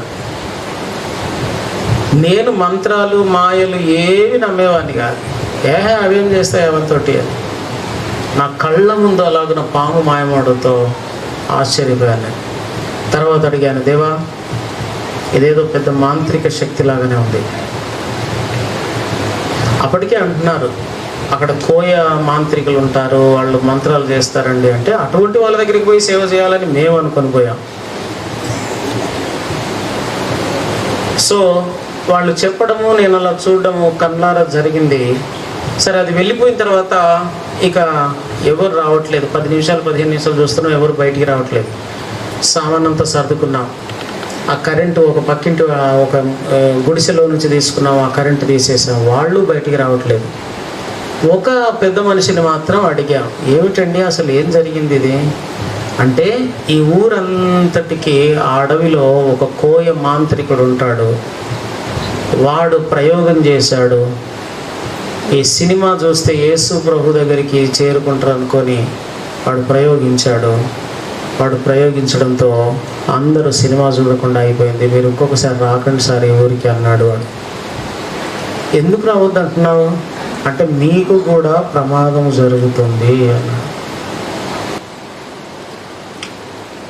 సో అలాగున మాంత్రిక శక్తులతో ఉన్న దేవాలయాలు, ఆ కోయవాడు ఏం చెబితే అదే పాటించాలట. ఈరోజు బస్సు ఎక్కి టౌన్కి వెళ్దాం అనుకుంటున్నా అంటే, వద్దు అంటే ఉండకపోవాలి, అంతే, పోవద్దు. ఎంత ఎమర్జెన్సీ పని ఉన్నా, వామిటింగ్స్ అయ్యి మోషన్స్ అవుతున్నా ట్యాబ్లెట్ తెచ్చుకోవడానికి పోవాలంటే వాడి పర్మిషన్ తీసుకోవాలి. వాడు వద్దంటే ఉండిపోవాలి, అవసరమైతే చచ్చిపోవాలి ఆ వామిటింగ్స్తో మోషన్స్తో. వాడు చెబుతాడు, నీ కొడుకును దేవత బలి అడుగుతుంది అని, అంతే. ఎవరికి చెప్పకుండా తీసుకొని వెళ్ళి ఇవ్వాల్సిందే. సో అలాంటి బలులు ఈనాటికి జరుగుతున్నాయి. నరమేధం ఇది ప్రారంభం ఎక్కడైంది అంటే, జగ్గూరత్ దేవాలయము దగ్గర ఆ తమ్మూజ్ యొక్క విగ్రహమును ఆ దేవత ముందు పెట్టారు, దేవాలయంలో పెట్టారు. అలాగున పిల్లలను, పసిపిల్లలను కూడా నరికి ఒకే దెబ్బతో 2 ముక్కలు అక్కడ పడిపోయి ఇలా కొట్టుకొని చచ్చిపోయి, ఆ రక్తం వాడి పాదాల మీద పడాలి. సో తమ్మూజు దేవత విగ్రహం అది. ఇది కూడా మీరు అన్నం తిన్న తర్వాత గూగుల్లో కొట్టి చూసి మళ్ళీ నాకు ప్రశ్నోత్తరాల సమయంలో దాని మీద ఏమైనా ప్రశ్న ఉంటే వేయండి. ముందు పరిశోధన చేయండి కొంచెం, అర్థమైందా? మంచిది, నాకు కూడా రిలాక్స్ దొరికింది, చాలా థ్యాంక్స్. ఈ దేవతకు బలులు జరుగుతున్నాయి, దేవాలయము పూజలు తండోపతండాలుగా జాతరలు జరుగుతున్నాయి. దావీదు అనుకున్నాడు, నిజమైన దేవుడికి ఆలయమే లేదే. దేవుడు అన్నాడు, వద్దు, అక్కడ రక్తపాతం జరుగుతుంది, నీవు కూడా రక్తపాతం చెందించావు నరులది, కనుక నీ చేతులతో వద్దు, సొలొమోనుతో కట్టించుకుంటాను. ముగించేస్తున్నాను, కొంచెం జాగ్రత్తగా వినండి. సొలొమోను ద్వారా కట్టించుకున్న దేవాలయము ఏ దేవాలయమునకు ముంగుర్తుగా కట్టించాడు దేవుడు? ఏమండి, ఏ దేవాలయం? జగ్గూరత్తు దానికేనా? అదే ప్రత్యక్ష గుడారమును దేవాలయముగా కట్టించాడు. సొలొమోను ద్వారా కట్టించాడు. ఎందుకొరకు సొలొమోను ద్వారా? దేనిని ఉద్దేశించి, ఏ భావమును ఉద్దేశించి అంటే, క్రీస్తు అను సమాధానకర్త కూడా ఒక నిత్యమైన దేవాలయమును కట్టాల్సి ఉంది. ఈ దేవాలయము తాత్కాలికమైనదే, ఇది నిత్యం ఉండేది కాదు. ఈ సొలొమోను రాజ్యము నిత్యం ఉండదు, కానీ ఈ సొలొమోను రాజ్యము నిత్యం ఉంటుంది, దేవాలయము కూడా నిత్యము ఉంటుంది. దేవుని బిడ్డలారా, సొలొమోను కట్టాడు. బబులోను వాళ్ళు వచ్చి దాన్ని ముక్కలు ముక్కలుగా చేసి పడేశారు, దేవాలయాన్ని ఉండనివ్వలేదు. ఆ తర్వాత జెరుబ్బాబేలు, నెహెమ్యా, ఎజ్రా వీళ్ళందరూ పూనుకొని మాదీయ పారసీక సామ్రాజ్యం, అప్పుడు బబులోను తర్వాత మాదీయ పారసీక సామ్రాజ్యము ఇశ్రాయేలును బందీలుగా ఏలింది. మాదీయ పారసీక సామ్రాజ్యం టైంలో ఈ యొక్క నెహెమ్యా, ఎజ్రా, జెరుబ్బాబేలు వీళ్ళు లేచి మా దేవుని దేవాలయం కట్టి మళ్ళీ చేస్తామండి అన్నారు. సరే వెళ్ళండి అన్నారు. వాళ్ళు వెళ్ళి మళ్ళీ దేవాలయం కట్టారు. మళ్ళీ ఆ దేవాలయం కూల్చబడింది. ఆ తర్వాత గ్రీకు సామ్రాజ్యం, దేవాలయం లేదు, ఉనికిలో లేదు, కూల్చబడింది. ఆ తర్వాత రోమన్ సామ్రాజ్యం, దేవాలయం లేదు, కూల్చబడింది. ఈ రోమన్ సామ్రాజ్యం వచ్చిన 300 సంవత్సరాల కాలంలో హేరోదు అనేవాడు ఆ కూలిపోయిన దేవాలయాన్ని మళ్ళీ పునరుద్ధరించి దానికి ఏమని పేరు పెట్టాడో తెలుసా? శృంగారము అను దేవాలయము అని పేరు పెట్టాడు. సొలొమోను దేవాలయము పాడైపోయింది, జెరుబ్బాబేలు దేవాలయం పాడైపోయింది. ఇప్పుడు హేరోదు నిర్మించిన దేవాలయము, దాని పేరు శృంగారము. సొలొమోను దేవాలయం అన్నారు, జెరుబ్బాబేలు దేవాలయం అన్నారు, అలాగే హేరోదు దేవాలయము అన్నారు. బైబిల్లో దాన్ని శృంగారమను దేవాలయం అని పిలిచారు. అయితే యేసు ప్రభు వచ్చాడు. ఇక యేసు ప్రభు వచ్చి ఆ దేవాలయం ప్రక్కకుండా శిష్యులతో పాటు నడుచుకుంటూ వెళ్తూ ఉంటే, యోహాను సువార్త 2వ అధ్యాయము 19 నుండి 22 వచనాలు. నడుచుకుంటూ వెళ్తుంటే శిష్యులు అన్నారు, గురువుగారు చూసారా హేరోదు ఎంత మంచి దేవాలయం కట్టించాడో అంటే, యేసుప్రభు అన్నాడు, ఆ దేవాలయమును కూల్చండి, 3 దినముల్లో నేను కడతాను అన్నాడు. అప్పుడు ఇశ్రాయేలు శిష్యులు అన్నారు, యూదులు 46 సంవత్సరములు కట్టిరే, నీవు 3 దినములలో కడతావా అన్నారు. అప్పుడు 21వ వచనం చెప్తుంది, అయితే ఆయన తన శరీరమును దేవాలయమును గూర్చి ఈ మాట చెప్పెనని శిష్యులు తర్వాత గ్రహించారు. ఇప్పుడు దేవాలయం ఎన్ని రకములుగా మార్పు చెందుతుందో గమనించండి. మొట్టమొదటిది ప్రత్యక్ష గుడారము, రెండవది సొలొమోను దేవాలయము, మూడవది జెరుబ్బాబేలు దేవాలయము, నాలుగవది హేరోదు దేవాలయము, ఐదవది యేసే తన దేహమను దేవాలయం. ఇప్పుడు ఈ సొలొమోను ఆ దేవాలయమును ఎక్కడికి తీసుకొచ్చుకుంటున్నాడు? తన శరీరమే అసలు సిసలైన దేవాలయం. ఇది కాదు, అసలు ఆ దేవాలయాలన్నీ కట్టింది ఎందుకంటే ఈ దేవాలయమును గుర్తించడానికి. యేసు ప్రభు తన శరీరమును దేవాలయమును గురించి ఈ మాట చెప్పాడట. అయితే క్రీస్తు శకం 70లో రోమన్స్ ఆ యొక్క నీరో చక్రవర్తి ఆధ్వర్యంలో యెరూషలేముకు నిప్పట్టించాడు, అలాగే దేవాలయానికి కూడా నిప్పంటించాడు. దేవాలయం శిథిలమైపోయింది. క్రీస్తు శకము 70లో దేవాలయము శిథిలమైపోయిందంటే ఈనాటి వరకు దేవాలయం మళ్ళీ పునః కట్టడము జరగలేదు. జాగ్రత్త వినండి. ఇప్పుడుగా ప్రవచనము దగ్గరికి వస్తున్నాం మనం. రాత్రి వేళ దేవాలయమునకు ప్రవచనాలతో ఉన్న సంబంధాన్ని ప్రసంగిస్తాను. ఈ దేవాలయము కూల్చబడింది, మళ్ళీ కట్టబడట్లేదు. కానీ ఈ లోపల కూల్చబడినప్పటి నుండి మళ్ళీ కట్టబడే లోపల యేసు ప్రభు తన శరీరమును దేవాలయమును కట్టుచున్నాడు. ఒకసారి చూడండి, ఇప్పుడు మత్తయి సువార్త 16వ అధ్యాయము 18వ వచనం. మరియు నీవు పేతురువు, ఈ బండ మీద నా సంఘమును కట్టుదును, పాతాళ లోక ద్వారములు దాని ఎదుట నిలవ నేరమని నేను నీతో చెప్పుచున్నాను. ఓకే, అక్కడ వాడబడిన పదజాలం గమనించాలి, చాలా జాగ్రత్తగా జవాబు ఇవ్వాలి నాకు. మరియు నీవు పేతురువు, పత్తర్ రాయివి. మరియు నీవు పేతురువు ఈ బండ మీద అంటే రాయి అనే బండ మీదనా? రాయి అన్నాడు, నువ్వు ఒక బండవు. పత్తర్ అంటే హిందీలో రాయి, పత్రస్ అని గ్రీకు భాషలో, పత్రసే పేతురు అని తెలుగులో అన్నారు. పెట్రోస్, పత్రస్ కాదు, పెట్రోస్. పత్రస్ ఏమో హిందీలో పత్రస్. పెట్రోసే హిందీలోకి వచ్చేసరికి పత్రస్ అయింది. పత్రస్ యొక్క భావమే పత్తర్, రాయి. నీవు రాయివి, ఈ రాయి అనే బండ మీద కడతానంటున్నాడా? పేతురు చూపించిన విశ్వాసం అనే బండ మీద కడతానంటున్నాడు. అది రాయికి బండకు తేడా ఉంది. మళ్ళీ రాయికి బండ, ఆ బండ క్రీస్తే అన్నాడు కదా, కానీ ఆ రాయి క్రీస్తే అనలేదు అక్కడ, ఆ బండ క్రీస్తే. ఇక్కడ పత్రస్ ఏమో రాయి. పత్రస్ అనే రాయి, నీతో చెబుతున్నాను, బండ మీద నా సంఘమును కట్టుదు. బండ ఎవరని చూసాం మనము? క్రీస్తు.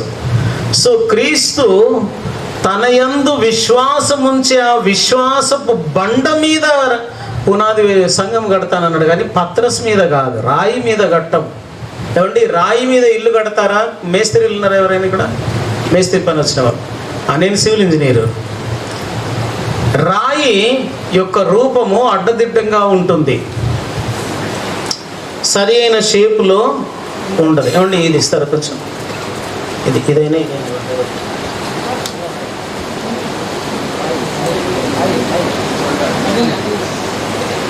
అద్భుతమైన షేప్ ఉన్నది చూపిస్తాను. ఇది రాయి కూడా కాదు. Okay, right. ఇది ఇలాగే పునాదిలో పెడితే పునాది ఉంటుందా ఉండదా? పోనీ ఇలా పెడతాను, ఇలా పెడతాను. రాయి యొక్క షేపు అడ్డదిడ్డంగా ఉంటుంది కనుక దీని మీద కాదు, చెక్కబడినది బండగా మార్చబడుతుంది. చూడండి, ఎస్, బండగా మార్చబడుతుంది. సో రాయికి బండకు డిఫరెన్స్ అదనమాట. పత్రస్, నీవు అడ్డదిడ్డంగా ఉన్నావయ్యా, కానీ నీ బ్రతుకు నేను రాయిలా మారుస్తాను, ఆ బండలా మారుస్తాను. కానీ ఒక బండ మీద నేను నా సంఘమును కడతాను, అది క్రీస్తు అను బండ. సో ఇక్కడ క్రీస్తు అనే బండ మీద కడతాను అన్నాడు. ఇప్పుడు నేను ప్రశ్న వేస్తున్నాను, కడతాను అన్నాడా, కట్టుచున్నాను అన్నాడా, కట్టబోతున్నాను అన్నాడా? కట్టుదును అంటే కట్టుట ప్రారంభమైందనా, కట్టుట జరుగుచున్నదనా, కట్టుట ఇంకా మొదలు కాలేదనా, కట్టుట ముగించబడిందనా? ప్రారంభం అయిందనా? కట్టుదును అంటే ప్రారంభం అయిందా, ప్రారంభం కాలేదా? ప్రారంభం కాలేదా, ఇంకా పెట్టాలని. ఎస్. సో ఇంకా ప్రారంభమే కాలేదు అంటే సంఘము, యేసు ప్రభు పేతురుతో మాట్లాడే సమయానికి సంఘము కట్టుట ప్రారంభము కాలేదు. కట్టుదును, ఫ్యూచర్ టెన్స్. జరగబోతున్నది. ఇక కొద్ది రోజుల్లో ఏదో మొదలు పెడతాడు, పునర్దవిస్తాడో ఏం దవిస్తాడో మొదలు పెడతాను, నేను ఇల్లు కట్టుదును అంటే ఇక మొదలు పెట్టలేదు, ఇక్కడ నుండి నంద్యాల నుండి పోయిన తర్వాత కట్టుదును. ఒకవేళ పని ప్రారంభమైతే నేనేమనాలంటే నేను ఇల్లు కట్టుచున్నాను అక్కడ మా ఊర్లో, లేకపోతే ఇల్లు ముగించబడితే ఇల్లు కట్టి తిని అనాలి. కట్టుదును అంటున్నాడంటే అది ఇంకా ప్రారంభమే కాలేదు. సో పేతురుతో మాట్లాడే సమయానికి సంఘం ఇంకా ప్రారంభం కాలేదు.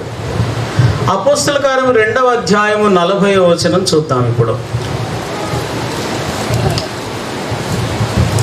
అపోస్తల కార్యములు 2:40. సమయం అయిపోయింది నాది కూడా. ఇంకా నేను అనేక విధములైన మాటలు మాట్లాడలేనమ్మా, సమయం లేదు కనుక. సాక్ష్యమిచ్చి మూర్ఖులకు ఈ తరము వారికి వేరే రక్షణ పొందుదని వారిని హెచ్చరించారు. కాబట్టి అతని వాక్యము అంగీకరించిన వారు బాప్తిస్మము పొందిరి. ఆ దినమందు ఇంచుమించు 3,000 మంది, అందరు చెప్పండి, 3,000 మంది చేర్చబడిరి. ఎందులో చేర్చబడిరి? సంఘములో. Very good. అంటే సంఘం ఉంటే చేర్చబడతారా, ఇంకా పిల్లర్స్ వేయగానే అందులోనికి చేర్చబడతారా? సంఘం ఉంది అన్నమాట కదా. పేతురు ప్రసంగం చేసి 3,000 మందికి బాప్తిసం ఇచ్చేసరికి సంఘం ఉంది, ఉన్న దాంట్లో చేర్చబడిరి కదా.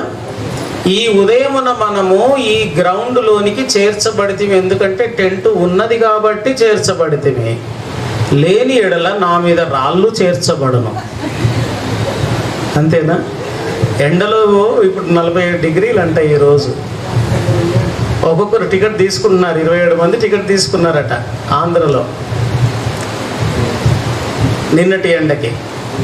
సో ఆ ఎండలో నేను మిమ్మల్ని కనుక కూర్చోబెడితే మీరు టికెట్ తీసుకోకముందు నాకు టికెట్ రిజర్వేషన్ చేయుదురు కదా.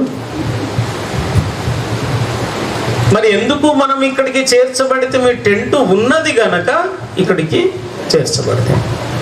అలాగే 3,000 మంది ఎందులోనికో చేర్చబడ్డారట. ఎందులోనికంటే ఆల్రెడీ ఉన్న సంఘములోనికి చేర్చబడ్డారు. ఇప్పుడు పేతురుతో మాట్లాడే సమయానికి సంఘం కట్టబడలేదు,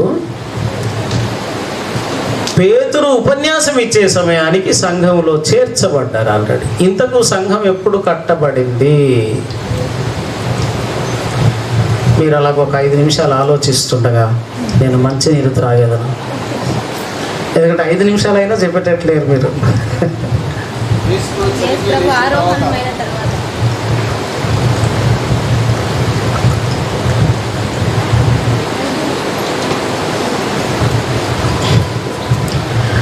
యేసు ప్రభు పునరుత్థాన దినమే సంఘం యొక్క పుట్టుక దినము.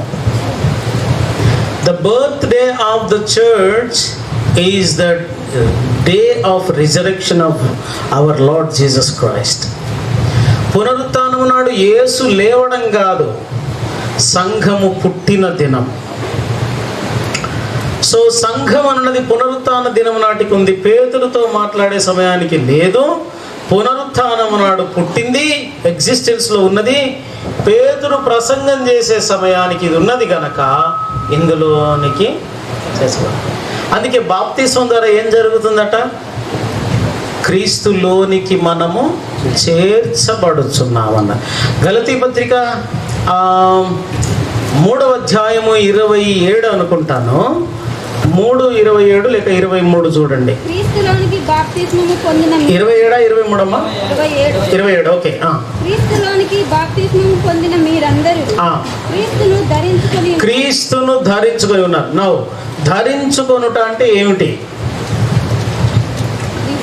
ఏమండి, నాకు 3 ఆడపిల్లలు, పంజాబీ డ్రెస్సులు కొనుక్కొచ్చి ఇస్తాను వాళ్ళకు. రేపు మా చిన్న పాప టెక్స్ట్ పెట్టింది రాత్రి, రేపు మదర్స్ డే, మమ్మీకి నంద్యాల నుండి ఏం చేస్తావు ఏమో నాకు అనవసరం, ఒక గిఫ్ట్ పట్టుకురా అని డిమాండ్ పెట్టింది. అంటే నేను తప్పించుకోవడానికి హైదరాబాద్ నుండి తెస్తా అని, రేపు హైదరాబాద్ ఆదివారం బంద్ కదా, అక్కడ బంద్ ఉన్న బిడ్డ అని చెప్దాం అనుకున్నాను. అందుకని ఆమె ముందుగా ఆలోచించి నంద్యాల నుండి పట్టుకొని అని పెట్టింది. నువ్వు మళ్ళీ హైదరాబాద్ అని అబద్ధం చెప్తావు నాకు తెలుసు అని.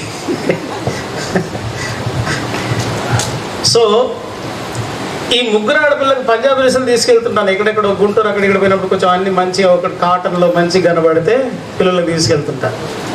ఈ పంజాబీ డ్రెస్సును వేసుకోవడం ఎలా? అలాగున కాళ్ళు పెట్టి వేసుకుంటారా?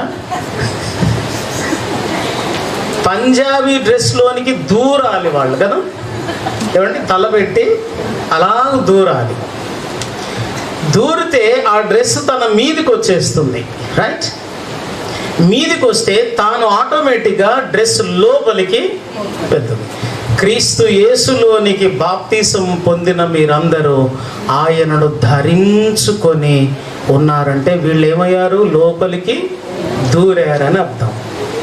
లోపలికి దూరితే ఇదేమో క్రీస్తు సంఘమను శరీరము, లోపలికి దూరితే ఈ అవయవాలలో ఒక అవయవమై ఎక్కడో సెటప్ అయిపోతున్నాం నేను, రైట్? క్రీస్తు యేసులో మనం అందరం ఏమై ఉన్నామన్నాడు కొరింథీయులకు రాస్తూ, అవయవములమై ఉన్నాం. So we're going inside the body of Christ. So అవయవములుగా మారుతున్నాం. ఇప్పుడు 3000 మంది కూడా ఏమయ్యారట? అక్కడ ఒక శరీరం ఉన్నది ఆల్రెడీ, అందులోనికి చేర్చబడిరే లేక దూరిరే అని అర్థం.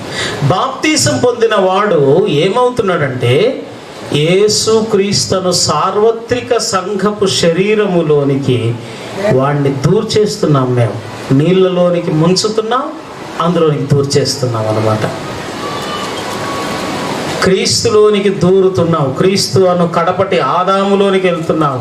ఇంతకాలం మొదటి ఆదాములో ఉండేవాడివి, ఆయన గురించి చనిపోయావు, పాతి పెట్టబడ్డావు. మరి పాతి పెట్టబడ ఒంటరిగా ఉండకూడదు కదా, నీళ్ళలో పంపించేసి ఆయనలోనికి దూర్చేస్తున్నావు. వెళ్ళరా, అందులోకి వెళ్ళిపో.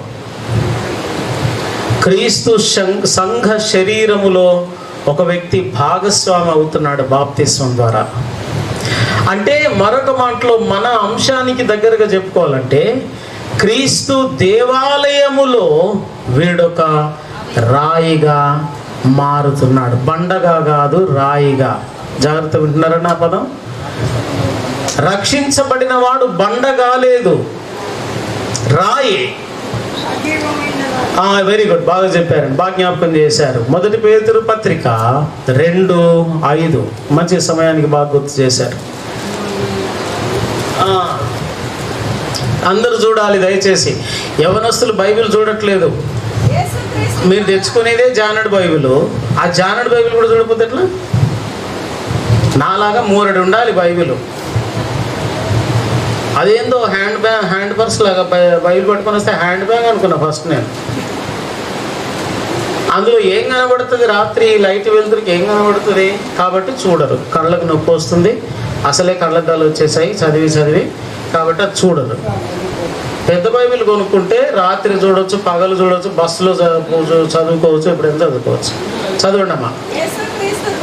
యేసుక్రీస్తు ద్వారా దేవునికి అనుకూలములకు ఆత్మ సంబంధమైన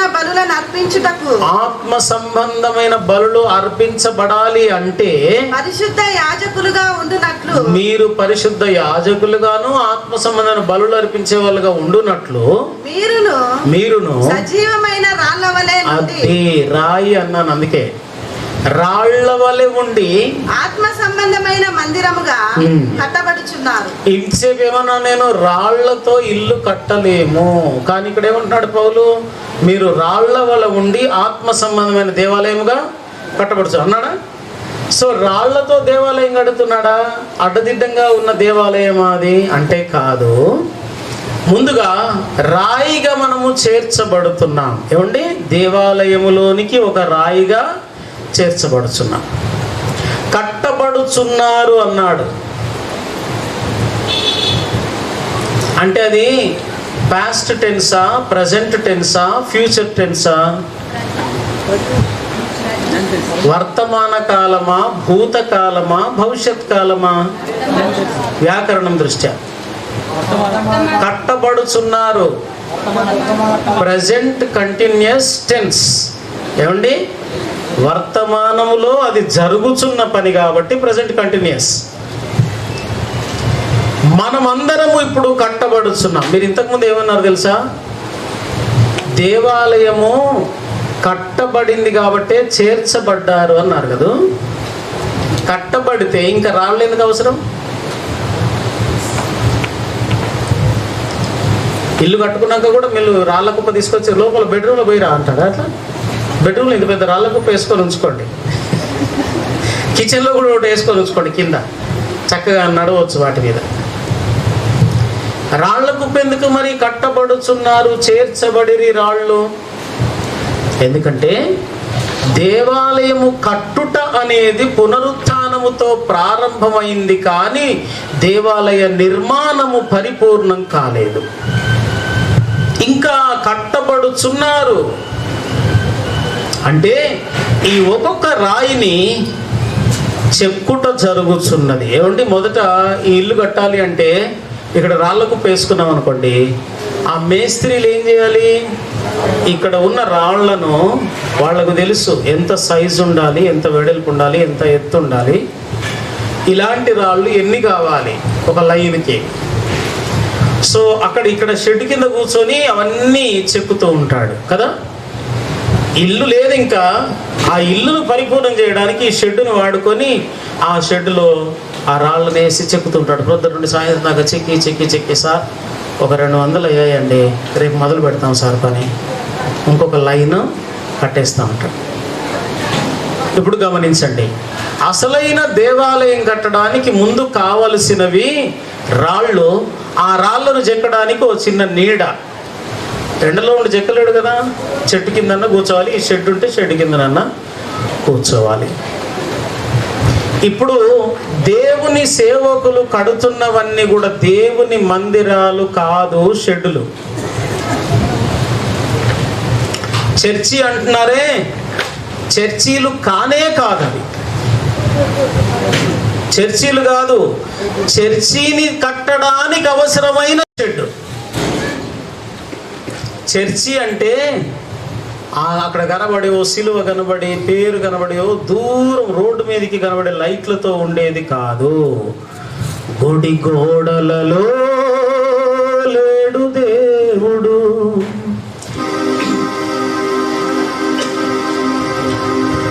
గుడి గోడలలో లేడు దేవుడు, ఆ చర్చి బిల్డింగ్లో లేడు, ఇంకా అంతకంటే మంచి చర్చి బిల్డింగ్లో లేడు. అది చర్చే కాదు అసలు. అది మనకు అర్థం కావట్లేదు. ఏమండి, ఇక్కడున్న విశ్వాసులు మీ చర్చ ఎక్కడండి అంటే ఏం చెప్తారు? అక్కడ ఉందని చెప్తారు. అవునా? మరి మీరెవరండి? సజీవమైన రాళ్ళు. సజీవమైన రాళ్ళని ఇక్కడ ఉంటే చర్చ అక్కడ ఎట్లయిందండి?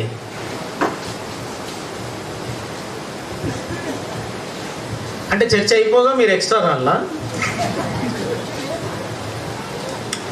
అసలు అది చర్చే కాదు. అందుకే జాగ్రత్త వినాలి.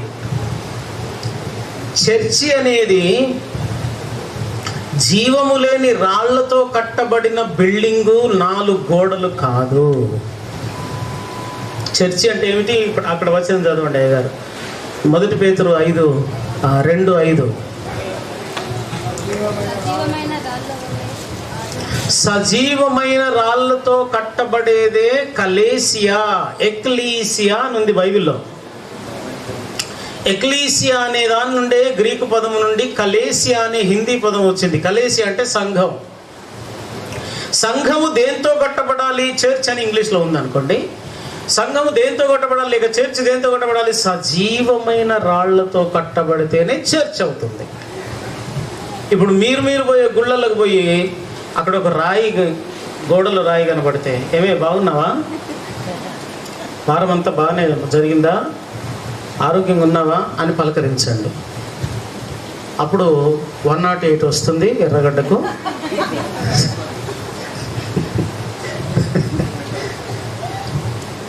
మీ పాస్టర్ గారు కూడా పరేషాన్ అయి చూస్తుంటాడు. ఈ అమ్మాయి నిన్నటి వరకు బాగుంది, ఏమిటి వచ్చి గోడతో బాగున్నావానే అని దాన్ని హత్తుకుంటుంది, దానితో ముచ్చట పెడుతుంది. అవునులే, ఏడవకు పర్వాలేదు, కష్టాలు అందరికీ ఉన్నాయిలే, నాకు కూడా ఉన్నాయి, నీకు కూడా ఉన్నాయి అని దుడుచుకుంటుంది అనుకోండి. ఎందుకని దుడుచుంది?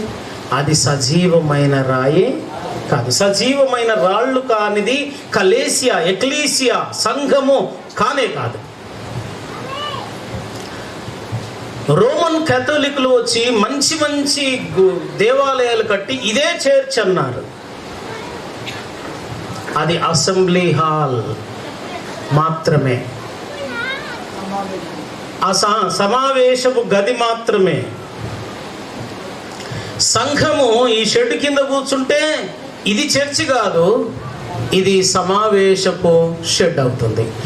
సంఘము ఆ హాల్లో కూర్చుంటే అది అసెంబ్లీ హాల్, సంఘము సమావేశమయ్యే గది అవుతుంది, కానీ అదే సంఘము కాదు. ఇక్కడ 199 మంది క్రైస్తవులు తప్పుడు అడుగులు వేస్తూ నడుస్తున్నారు. చర్చ్ అనగా you and myself are the church of the living God. నీవు నేను సజీవమైన దేవుని దేవాలయము. యేసుక్రీస్తు ఏమన్నాడు? తన శరీరమును దేవాలయమును గురించి ఈ మాట చెప్పాను అన్నాడు. అంటే యేసు ప్రభు యొక్క దేహమే దేవాలయం, కానీ హేరోదు నిర్మించిన దేవాలయము కాదు అని యేసు ప్రభు చెబుతున్నాడు శిష్యులకు.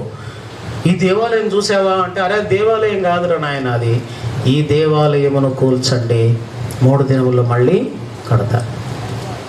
అలాగే యేసు దేహమే కాదు, నీ శరీరము నా శరీరము కూడా దేవునికి దేవాలయము. అక్కడ నేను ఆపేస్తాను ప్రసంగం, నన్ను నమ్మండి. 2 అయిపోయింది, ఇంకా సోది చెప్తున్నాడు. అది ముగిస్తాడన్న గ్యారంటీ మాకు కలుగుటలేదు.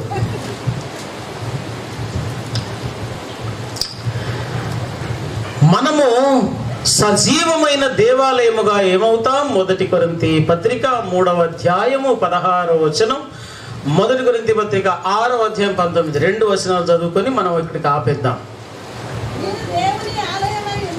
మీరు దేవుని ఆలయమై ఉన్నారనియు దేవుని ఆత్మ మీలో నివసించుచున్నాడనియు మీరు అన్నాడు కదా. మీరు అంటే ఇప్పుడు నేను, ఆయన. నేను ఏ విధముగా దేవుని ఆలయమై ఉన్నాను? ఎక్కడ కూర్చుంటాడు దేవుడు? మెదడులో కూర్చుంటాడా వచ్చి? లేకపోతే ఈ 2 కళ్ళకు మధ్యలో ఈ ఖాళీ స్థలం ఉంది, ఇక్కడ ఏం పని లేదు, ఇక్కడ కూర్చుంటాడా? లేకపోతే గుండెలో వచ్చి కూర్చుంటాడా? గుండెలో వచ్చి కూర్చుంటే రక్తం పోవడానికి రావడానికి స్థలం లేదు, మళ్ళీ హార్ట్ అటాక్ వస్తుంది. మరి పోనీ అన్నం తినగానే ఇక్కడ ఒక సంచి ఉంది, ఆ సంచిలో పడుతుంది, ఈయన వచ్చి ఆ సంచిలో కూర్చుంటాడా? అక్కడ హైడ్రోక్లోరిక్ యాసిడ్ అనేది ఊరుతుంది, తిన్న అన్నాన్ని పిండిగా చేసేస్తుంది. యేసుప్రభు వాడపోయి కూర్చుంటే ఆయన పిండిగా చేసేస్తుంది. మరి ఎక్కడ ఉంటాడు? 6:19 చూడండి. వెరీ గుడ్ అమ్మా. మీ దేహము దేవుని వలన మీకు అనుగ్రహింపబడి మీలో ఉన్న పరిశుద్ధాత్మకు ఆలయమై ఉన్నదని మీరు ఎరగరా. సో ఇప్పుడు నేను 3 భాగాలు చెప్పాను మనుషుల్లో: దేహము, ప్రాణము, ఆత్మ. ఈ 3 పరిశుద్ధాత్ముడు ఎక్కడొచ్చి కూర్చుంటాడట? మీ దేహము దేవుని ఆలయం. ఏమండి, అర్థమైందా? హృదయము దేవుని ఆలయం అనొద్దు. హృదయం దేవుని ఆలయం కాదు అని అంటారు. బైబిల్ చెప్పదు, ఎక్కడ కూడా బైబిల్ ఎక్కడ చెప్పదు హృదయం దేవుని ఆలయం అని. దేహము దేవుని ఆలయం అని చెప్పింది. దేహం ఎక్కడెక్కడ ఉన్నదో అక్కడక్కడల్లా దేవుని ఆలయమే అది. నా నడినెత్తిలో పుట్టే ఆలోచనలలో దేవుని ఆలయము. పాడుబడ్డ దుమ్ము అందులోనికి రాకూడదు. నా పాదాలు పరిగెత్తుతున్న స్థలము దేవుని ఆలయము. ఈ ఆలయం ఎక్కడికి వెళ్తుంది? నా కన్నులు చూచే చూపు దేవుని ఆలయం ఇది. దేవుని ఆలయంలో నుండి ఏం చూస్తుంది బయటికి? నా తలంపులు దేవుని ఆలయము. ఏం పుడుతున్నాయి అందులో నుండి? ఎవడైనను దేవుని ఆలయమును 3:16 అన్నాడు, ఎవడైనను దేవుని ఆలయమును పాడు చేసిన ఎడల దేవుడు వానిని పాడు చేయును. అంటే గుడిని పోయి ఇక్కడ రంధ్రాలు చేసినందుకు పాడు చేయును కాదు, ఈ దేవాలయమును ఎవడైనను పాడు చేసిన ఎడల. జాగ్రత్త వింటున్నారా? ఈ దేవాలయములో నా ఆలోచనల ద్వారా దేవాలయమును పాడు చేశానా, నా చూపు ద్వారా దేవాలయమును పాడు చేస్తున్నానా, నా మాటల ద్వారా దేవాలయమును పాడు చేస్తున్నానా, నా చేతుల ద్వారా దేవాలయం పాడైపోతుందా, నా క్రియల ద్వారా, నేను పీలుస్తున్న వాటి ద్వారా, నేను తింటున్న పదార్థాల ద్వారా దేవాలయం పాడవుతుందా? ఎవడైనను దేవాలయమును పాడు చేసిన ఎడల దేవుడు వారిని పాడు చేస్తాడు. ఎలా పాడు చేశారో ఒక ఇన్సిడెంట్ జ్ఞాపకం చేస్తాను. మరొక 2 గంటల్లో క్లుప్తంగా ముగించుకుందాం మనం తొందరగా.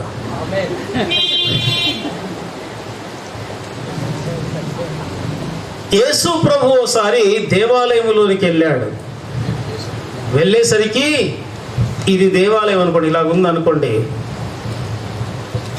ఇక్కడ ఒకరు కౌంటర్ పెట్టుకొని, పావురాలండి బాబు, పావురాలు చాలా తక్కువ ధరకి ఇస్తున్నామండి బాబు, చాలా తక్కువ ధర, ఈ రోజే వచ్చాయండి బాబు, కొత్త స్టాక్ వచ్చింది బాబు అని ఆయన పెట్టుకున్నాడు కౌంటర్. మళ్ళీ ఆయనేమో బాబు ఇక్కడ రోమన్ కైన్లకు యూదుల కైన్లు మార్చబడును, యూదుల కైన్లను రోమన్ కైన్లుగా మార్చి ఇవ్వబడును, మనీ ఎక్స్చేంజ్ దుకాణం పెట్టుకున్నాడు ఆయన. మళ్ళీ ఒక ఆయన గొర్రె పిల్లలు పెట్టుకున్నాడు. రండి బాబు రండి, చాలా ఆరోగ్యంగా ఉన్న గొర్రెలు, ఇప్పుడే మేము ఐగుప్తు నుండి ఇప్పుడే డంప్ అయినాయి, లారీలో ట్రాన్స్పోర్ట్లు వచ్చాయి బాబు, రండి బాబు, బలికి యోగ్యమైనవి పరిశుద్ధమైనవి మీ కొరకు తెచ్చాం బాబు అని ఆయన అమ్ముతున్నాడు. ఇలాగున అన్ని కౌంటర్లు ఉన్నాయి దేవాలయంలో. సంతలో ఏ విధముగా ఆయా కౌంటర్స్ ఉంటాయో అలాగున్నది. యేసుక్రీస్తు ప్రభు వచ్చి, అబ్బా దేవాలయంలో ఇవన్నీ ఉండాలన్నయ్యా, ఎందుకంటే ఇవన్నీ అవసరం, పావురాలు అవసరమే, మనీ ఎక్స్చేంజ్ అవసరమే, గొర్రె పిల్లలు నవ్వడం అవసరమే, చాలా మంచి సర్వీస్ చేస్తున్నారు మీరు అన్నాడా? నా తండ్రి ఇంటిని వ్యాపారపు గృహముగా మార్చివేశారు అని కొరడా వేనాడట. కొరడా వేని ఒక్కొక్కటి టేబుల్ను దోసేసి వెళ్ళగొడుతున్నాడట. పావురాల్ని వదిలేస్తున్నాడు కిటికీలోంచి, మేకలను గొర్రెలను కట్లు వీపేసి వెళ్ళిపోండి, నా తండ్రి ఇంటిని వ్యాపార గృహంగా చేశారు. దేవుని బిడ్డలారా, ఈనాడు దేవుని ప్రజలు అనే దేవాలయాల్లో వ్యాపారములే జరుగుతున్నాయి. ఏమిటా వ్యాపారములు? చదువు అనే వ్యాపారం, ధన సంపాదన అనే వ్యాపారపు కొట్టు, అలాగే ఈ లోక భోగభాగ్యాలు అనుభవించడం అనే కౌంటర్, అలాగే ఈ లోకంలో పేరు ప్రఖ్యాతులు తెచ్చుకోవడం, ఈ లోకంలో గొప్పవారిగా బ్రతకడం, హోదా కలిగి ఉండడం, శరీర ఇచ్చలను నెరవేర్చుకోవాలి. ఏది చేసైనా లోకములో ఏది కనబడితే ఆ కొట్టు ఇందులో ఉండాలి. ఇలాగున వ్యాపారపు కొట్టుగా మారిపోయింది దేవాలయం. దేవుడు సంతోషంగా లేడు సుమా, ఆయన కోపంతో రగిలిపోతున్నాడు. నా తండ్రి ఇంటిని వ్యాపార గృహముగా మార్చేశారు మీరు. నా తండ్రి ఇల్లు ఈనాడు ఉండవలసిన పరిశుద్ధాత్మకు ఆలయముగా లేదు, అందులో అన్ని కొట్లున్నాయి. ఇదిగో కొరడా తీసుకొని వస్తున్నాను నేను, జాగ్రత్త, నేను వాడిని పాడు చేస్తాను, వాడి యొక్క కుటుంబాన్ని పాడు చేస్తాను, వాడి ఉద్యోగాన్ని పాడు చేస్తాను, వాడి చదువును, వాడి అందాన్ని, వాడి హోదాను, వాడి తెలివిని, వాడి జ్ఞానాన్ని, వాడి పిల్లలను మొత్తుతాను. నేను దేవాలయమును పాడు చేశాడు, నేను వాడిని పాడు చేస్తాను. జాగ్రత్త. ఈ మధ్యాహ్నం వేళ నీకు దేవుడిచ్చిన ఆలయం ఊడ్చి శుభ్రంగా అలంకరించబడి ఉందా? బంగారమును దైవిక లక్షణములతో మెరుస్తుందా? లేక బూజు బట్టిపోయి వ్యాపారపు కొట్లగా మారి అన్య దేవతలకు స్తంభాలకు నిలయముగా మారి అన్య దేవతలు ఆరాధించబడే విధంగా ఈ దేవాలయము దయ్యాల కొంపగా మారిందా? తలలు ఉంచి ప్రార్థన చేసుకుని ముగించుకుందాం.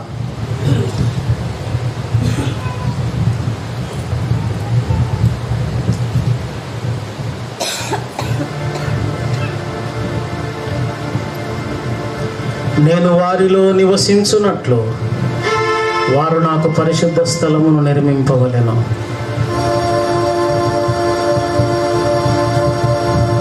ఎవడైనను దేవాలయమును పాడు చేసిన ఎడల దేవుడు వానిని పాడు చేయును. ఈ మధ్యాహ్న వేళ దేవుని బిడ్డలారా, దేవాలయం అంటే సొలొమోను కట్టింది కాదు, మోషే కట్టింది కాదు, జెరుబ్బాబెలు నిర్మించింది కాదు, హేరోదు నిర్మించింది కాదు. దేవుడు తనకు తానుగా నిర్మించుకున్నది.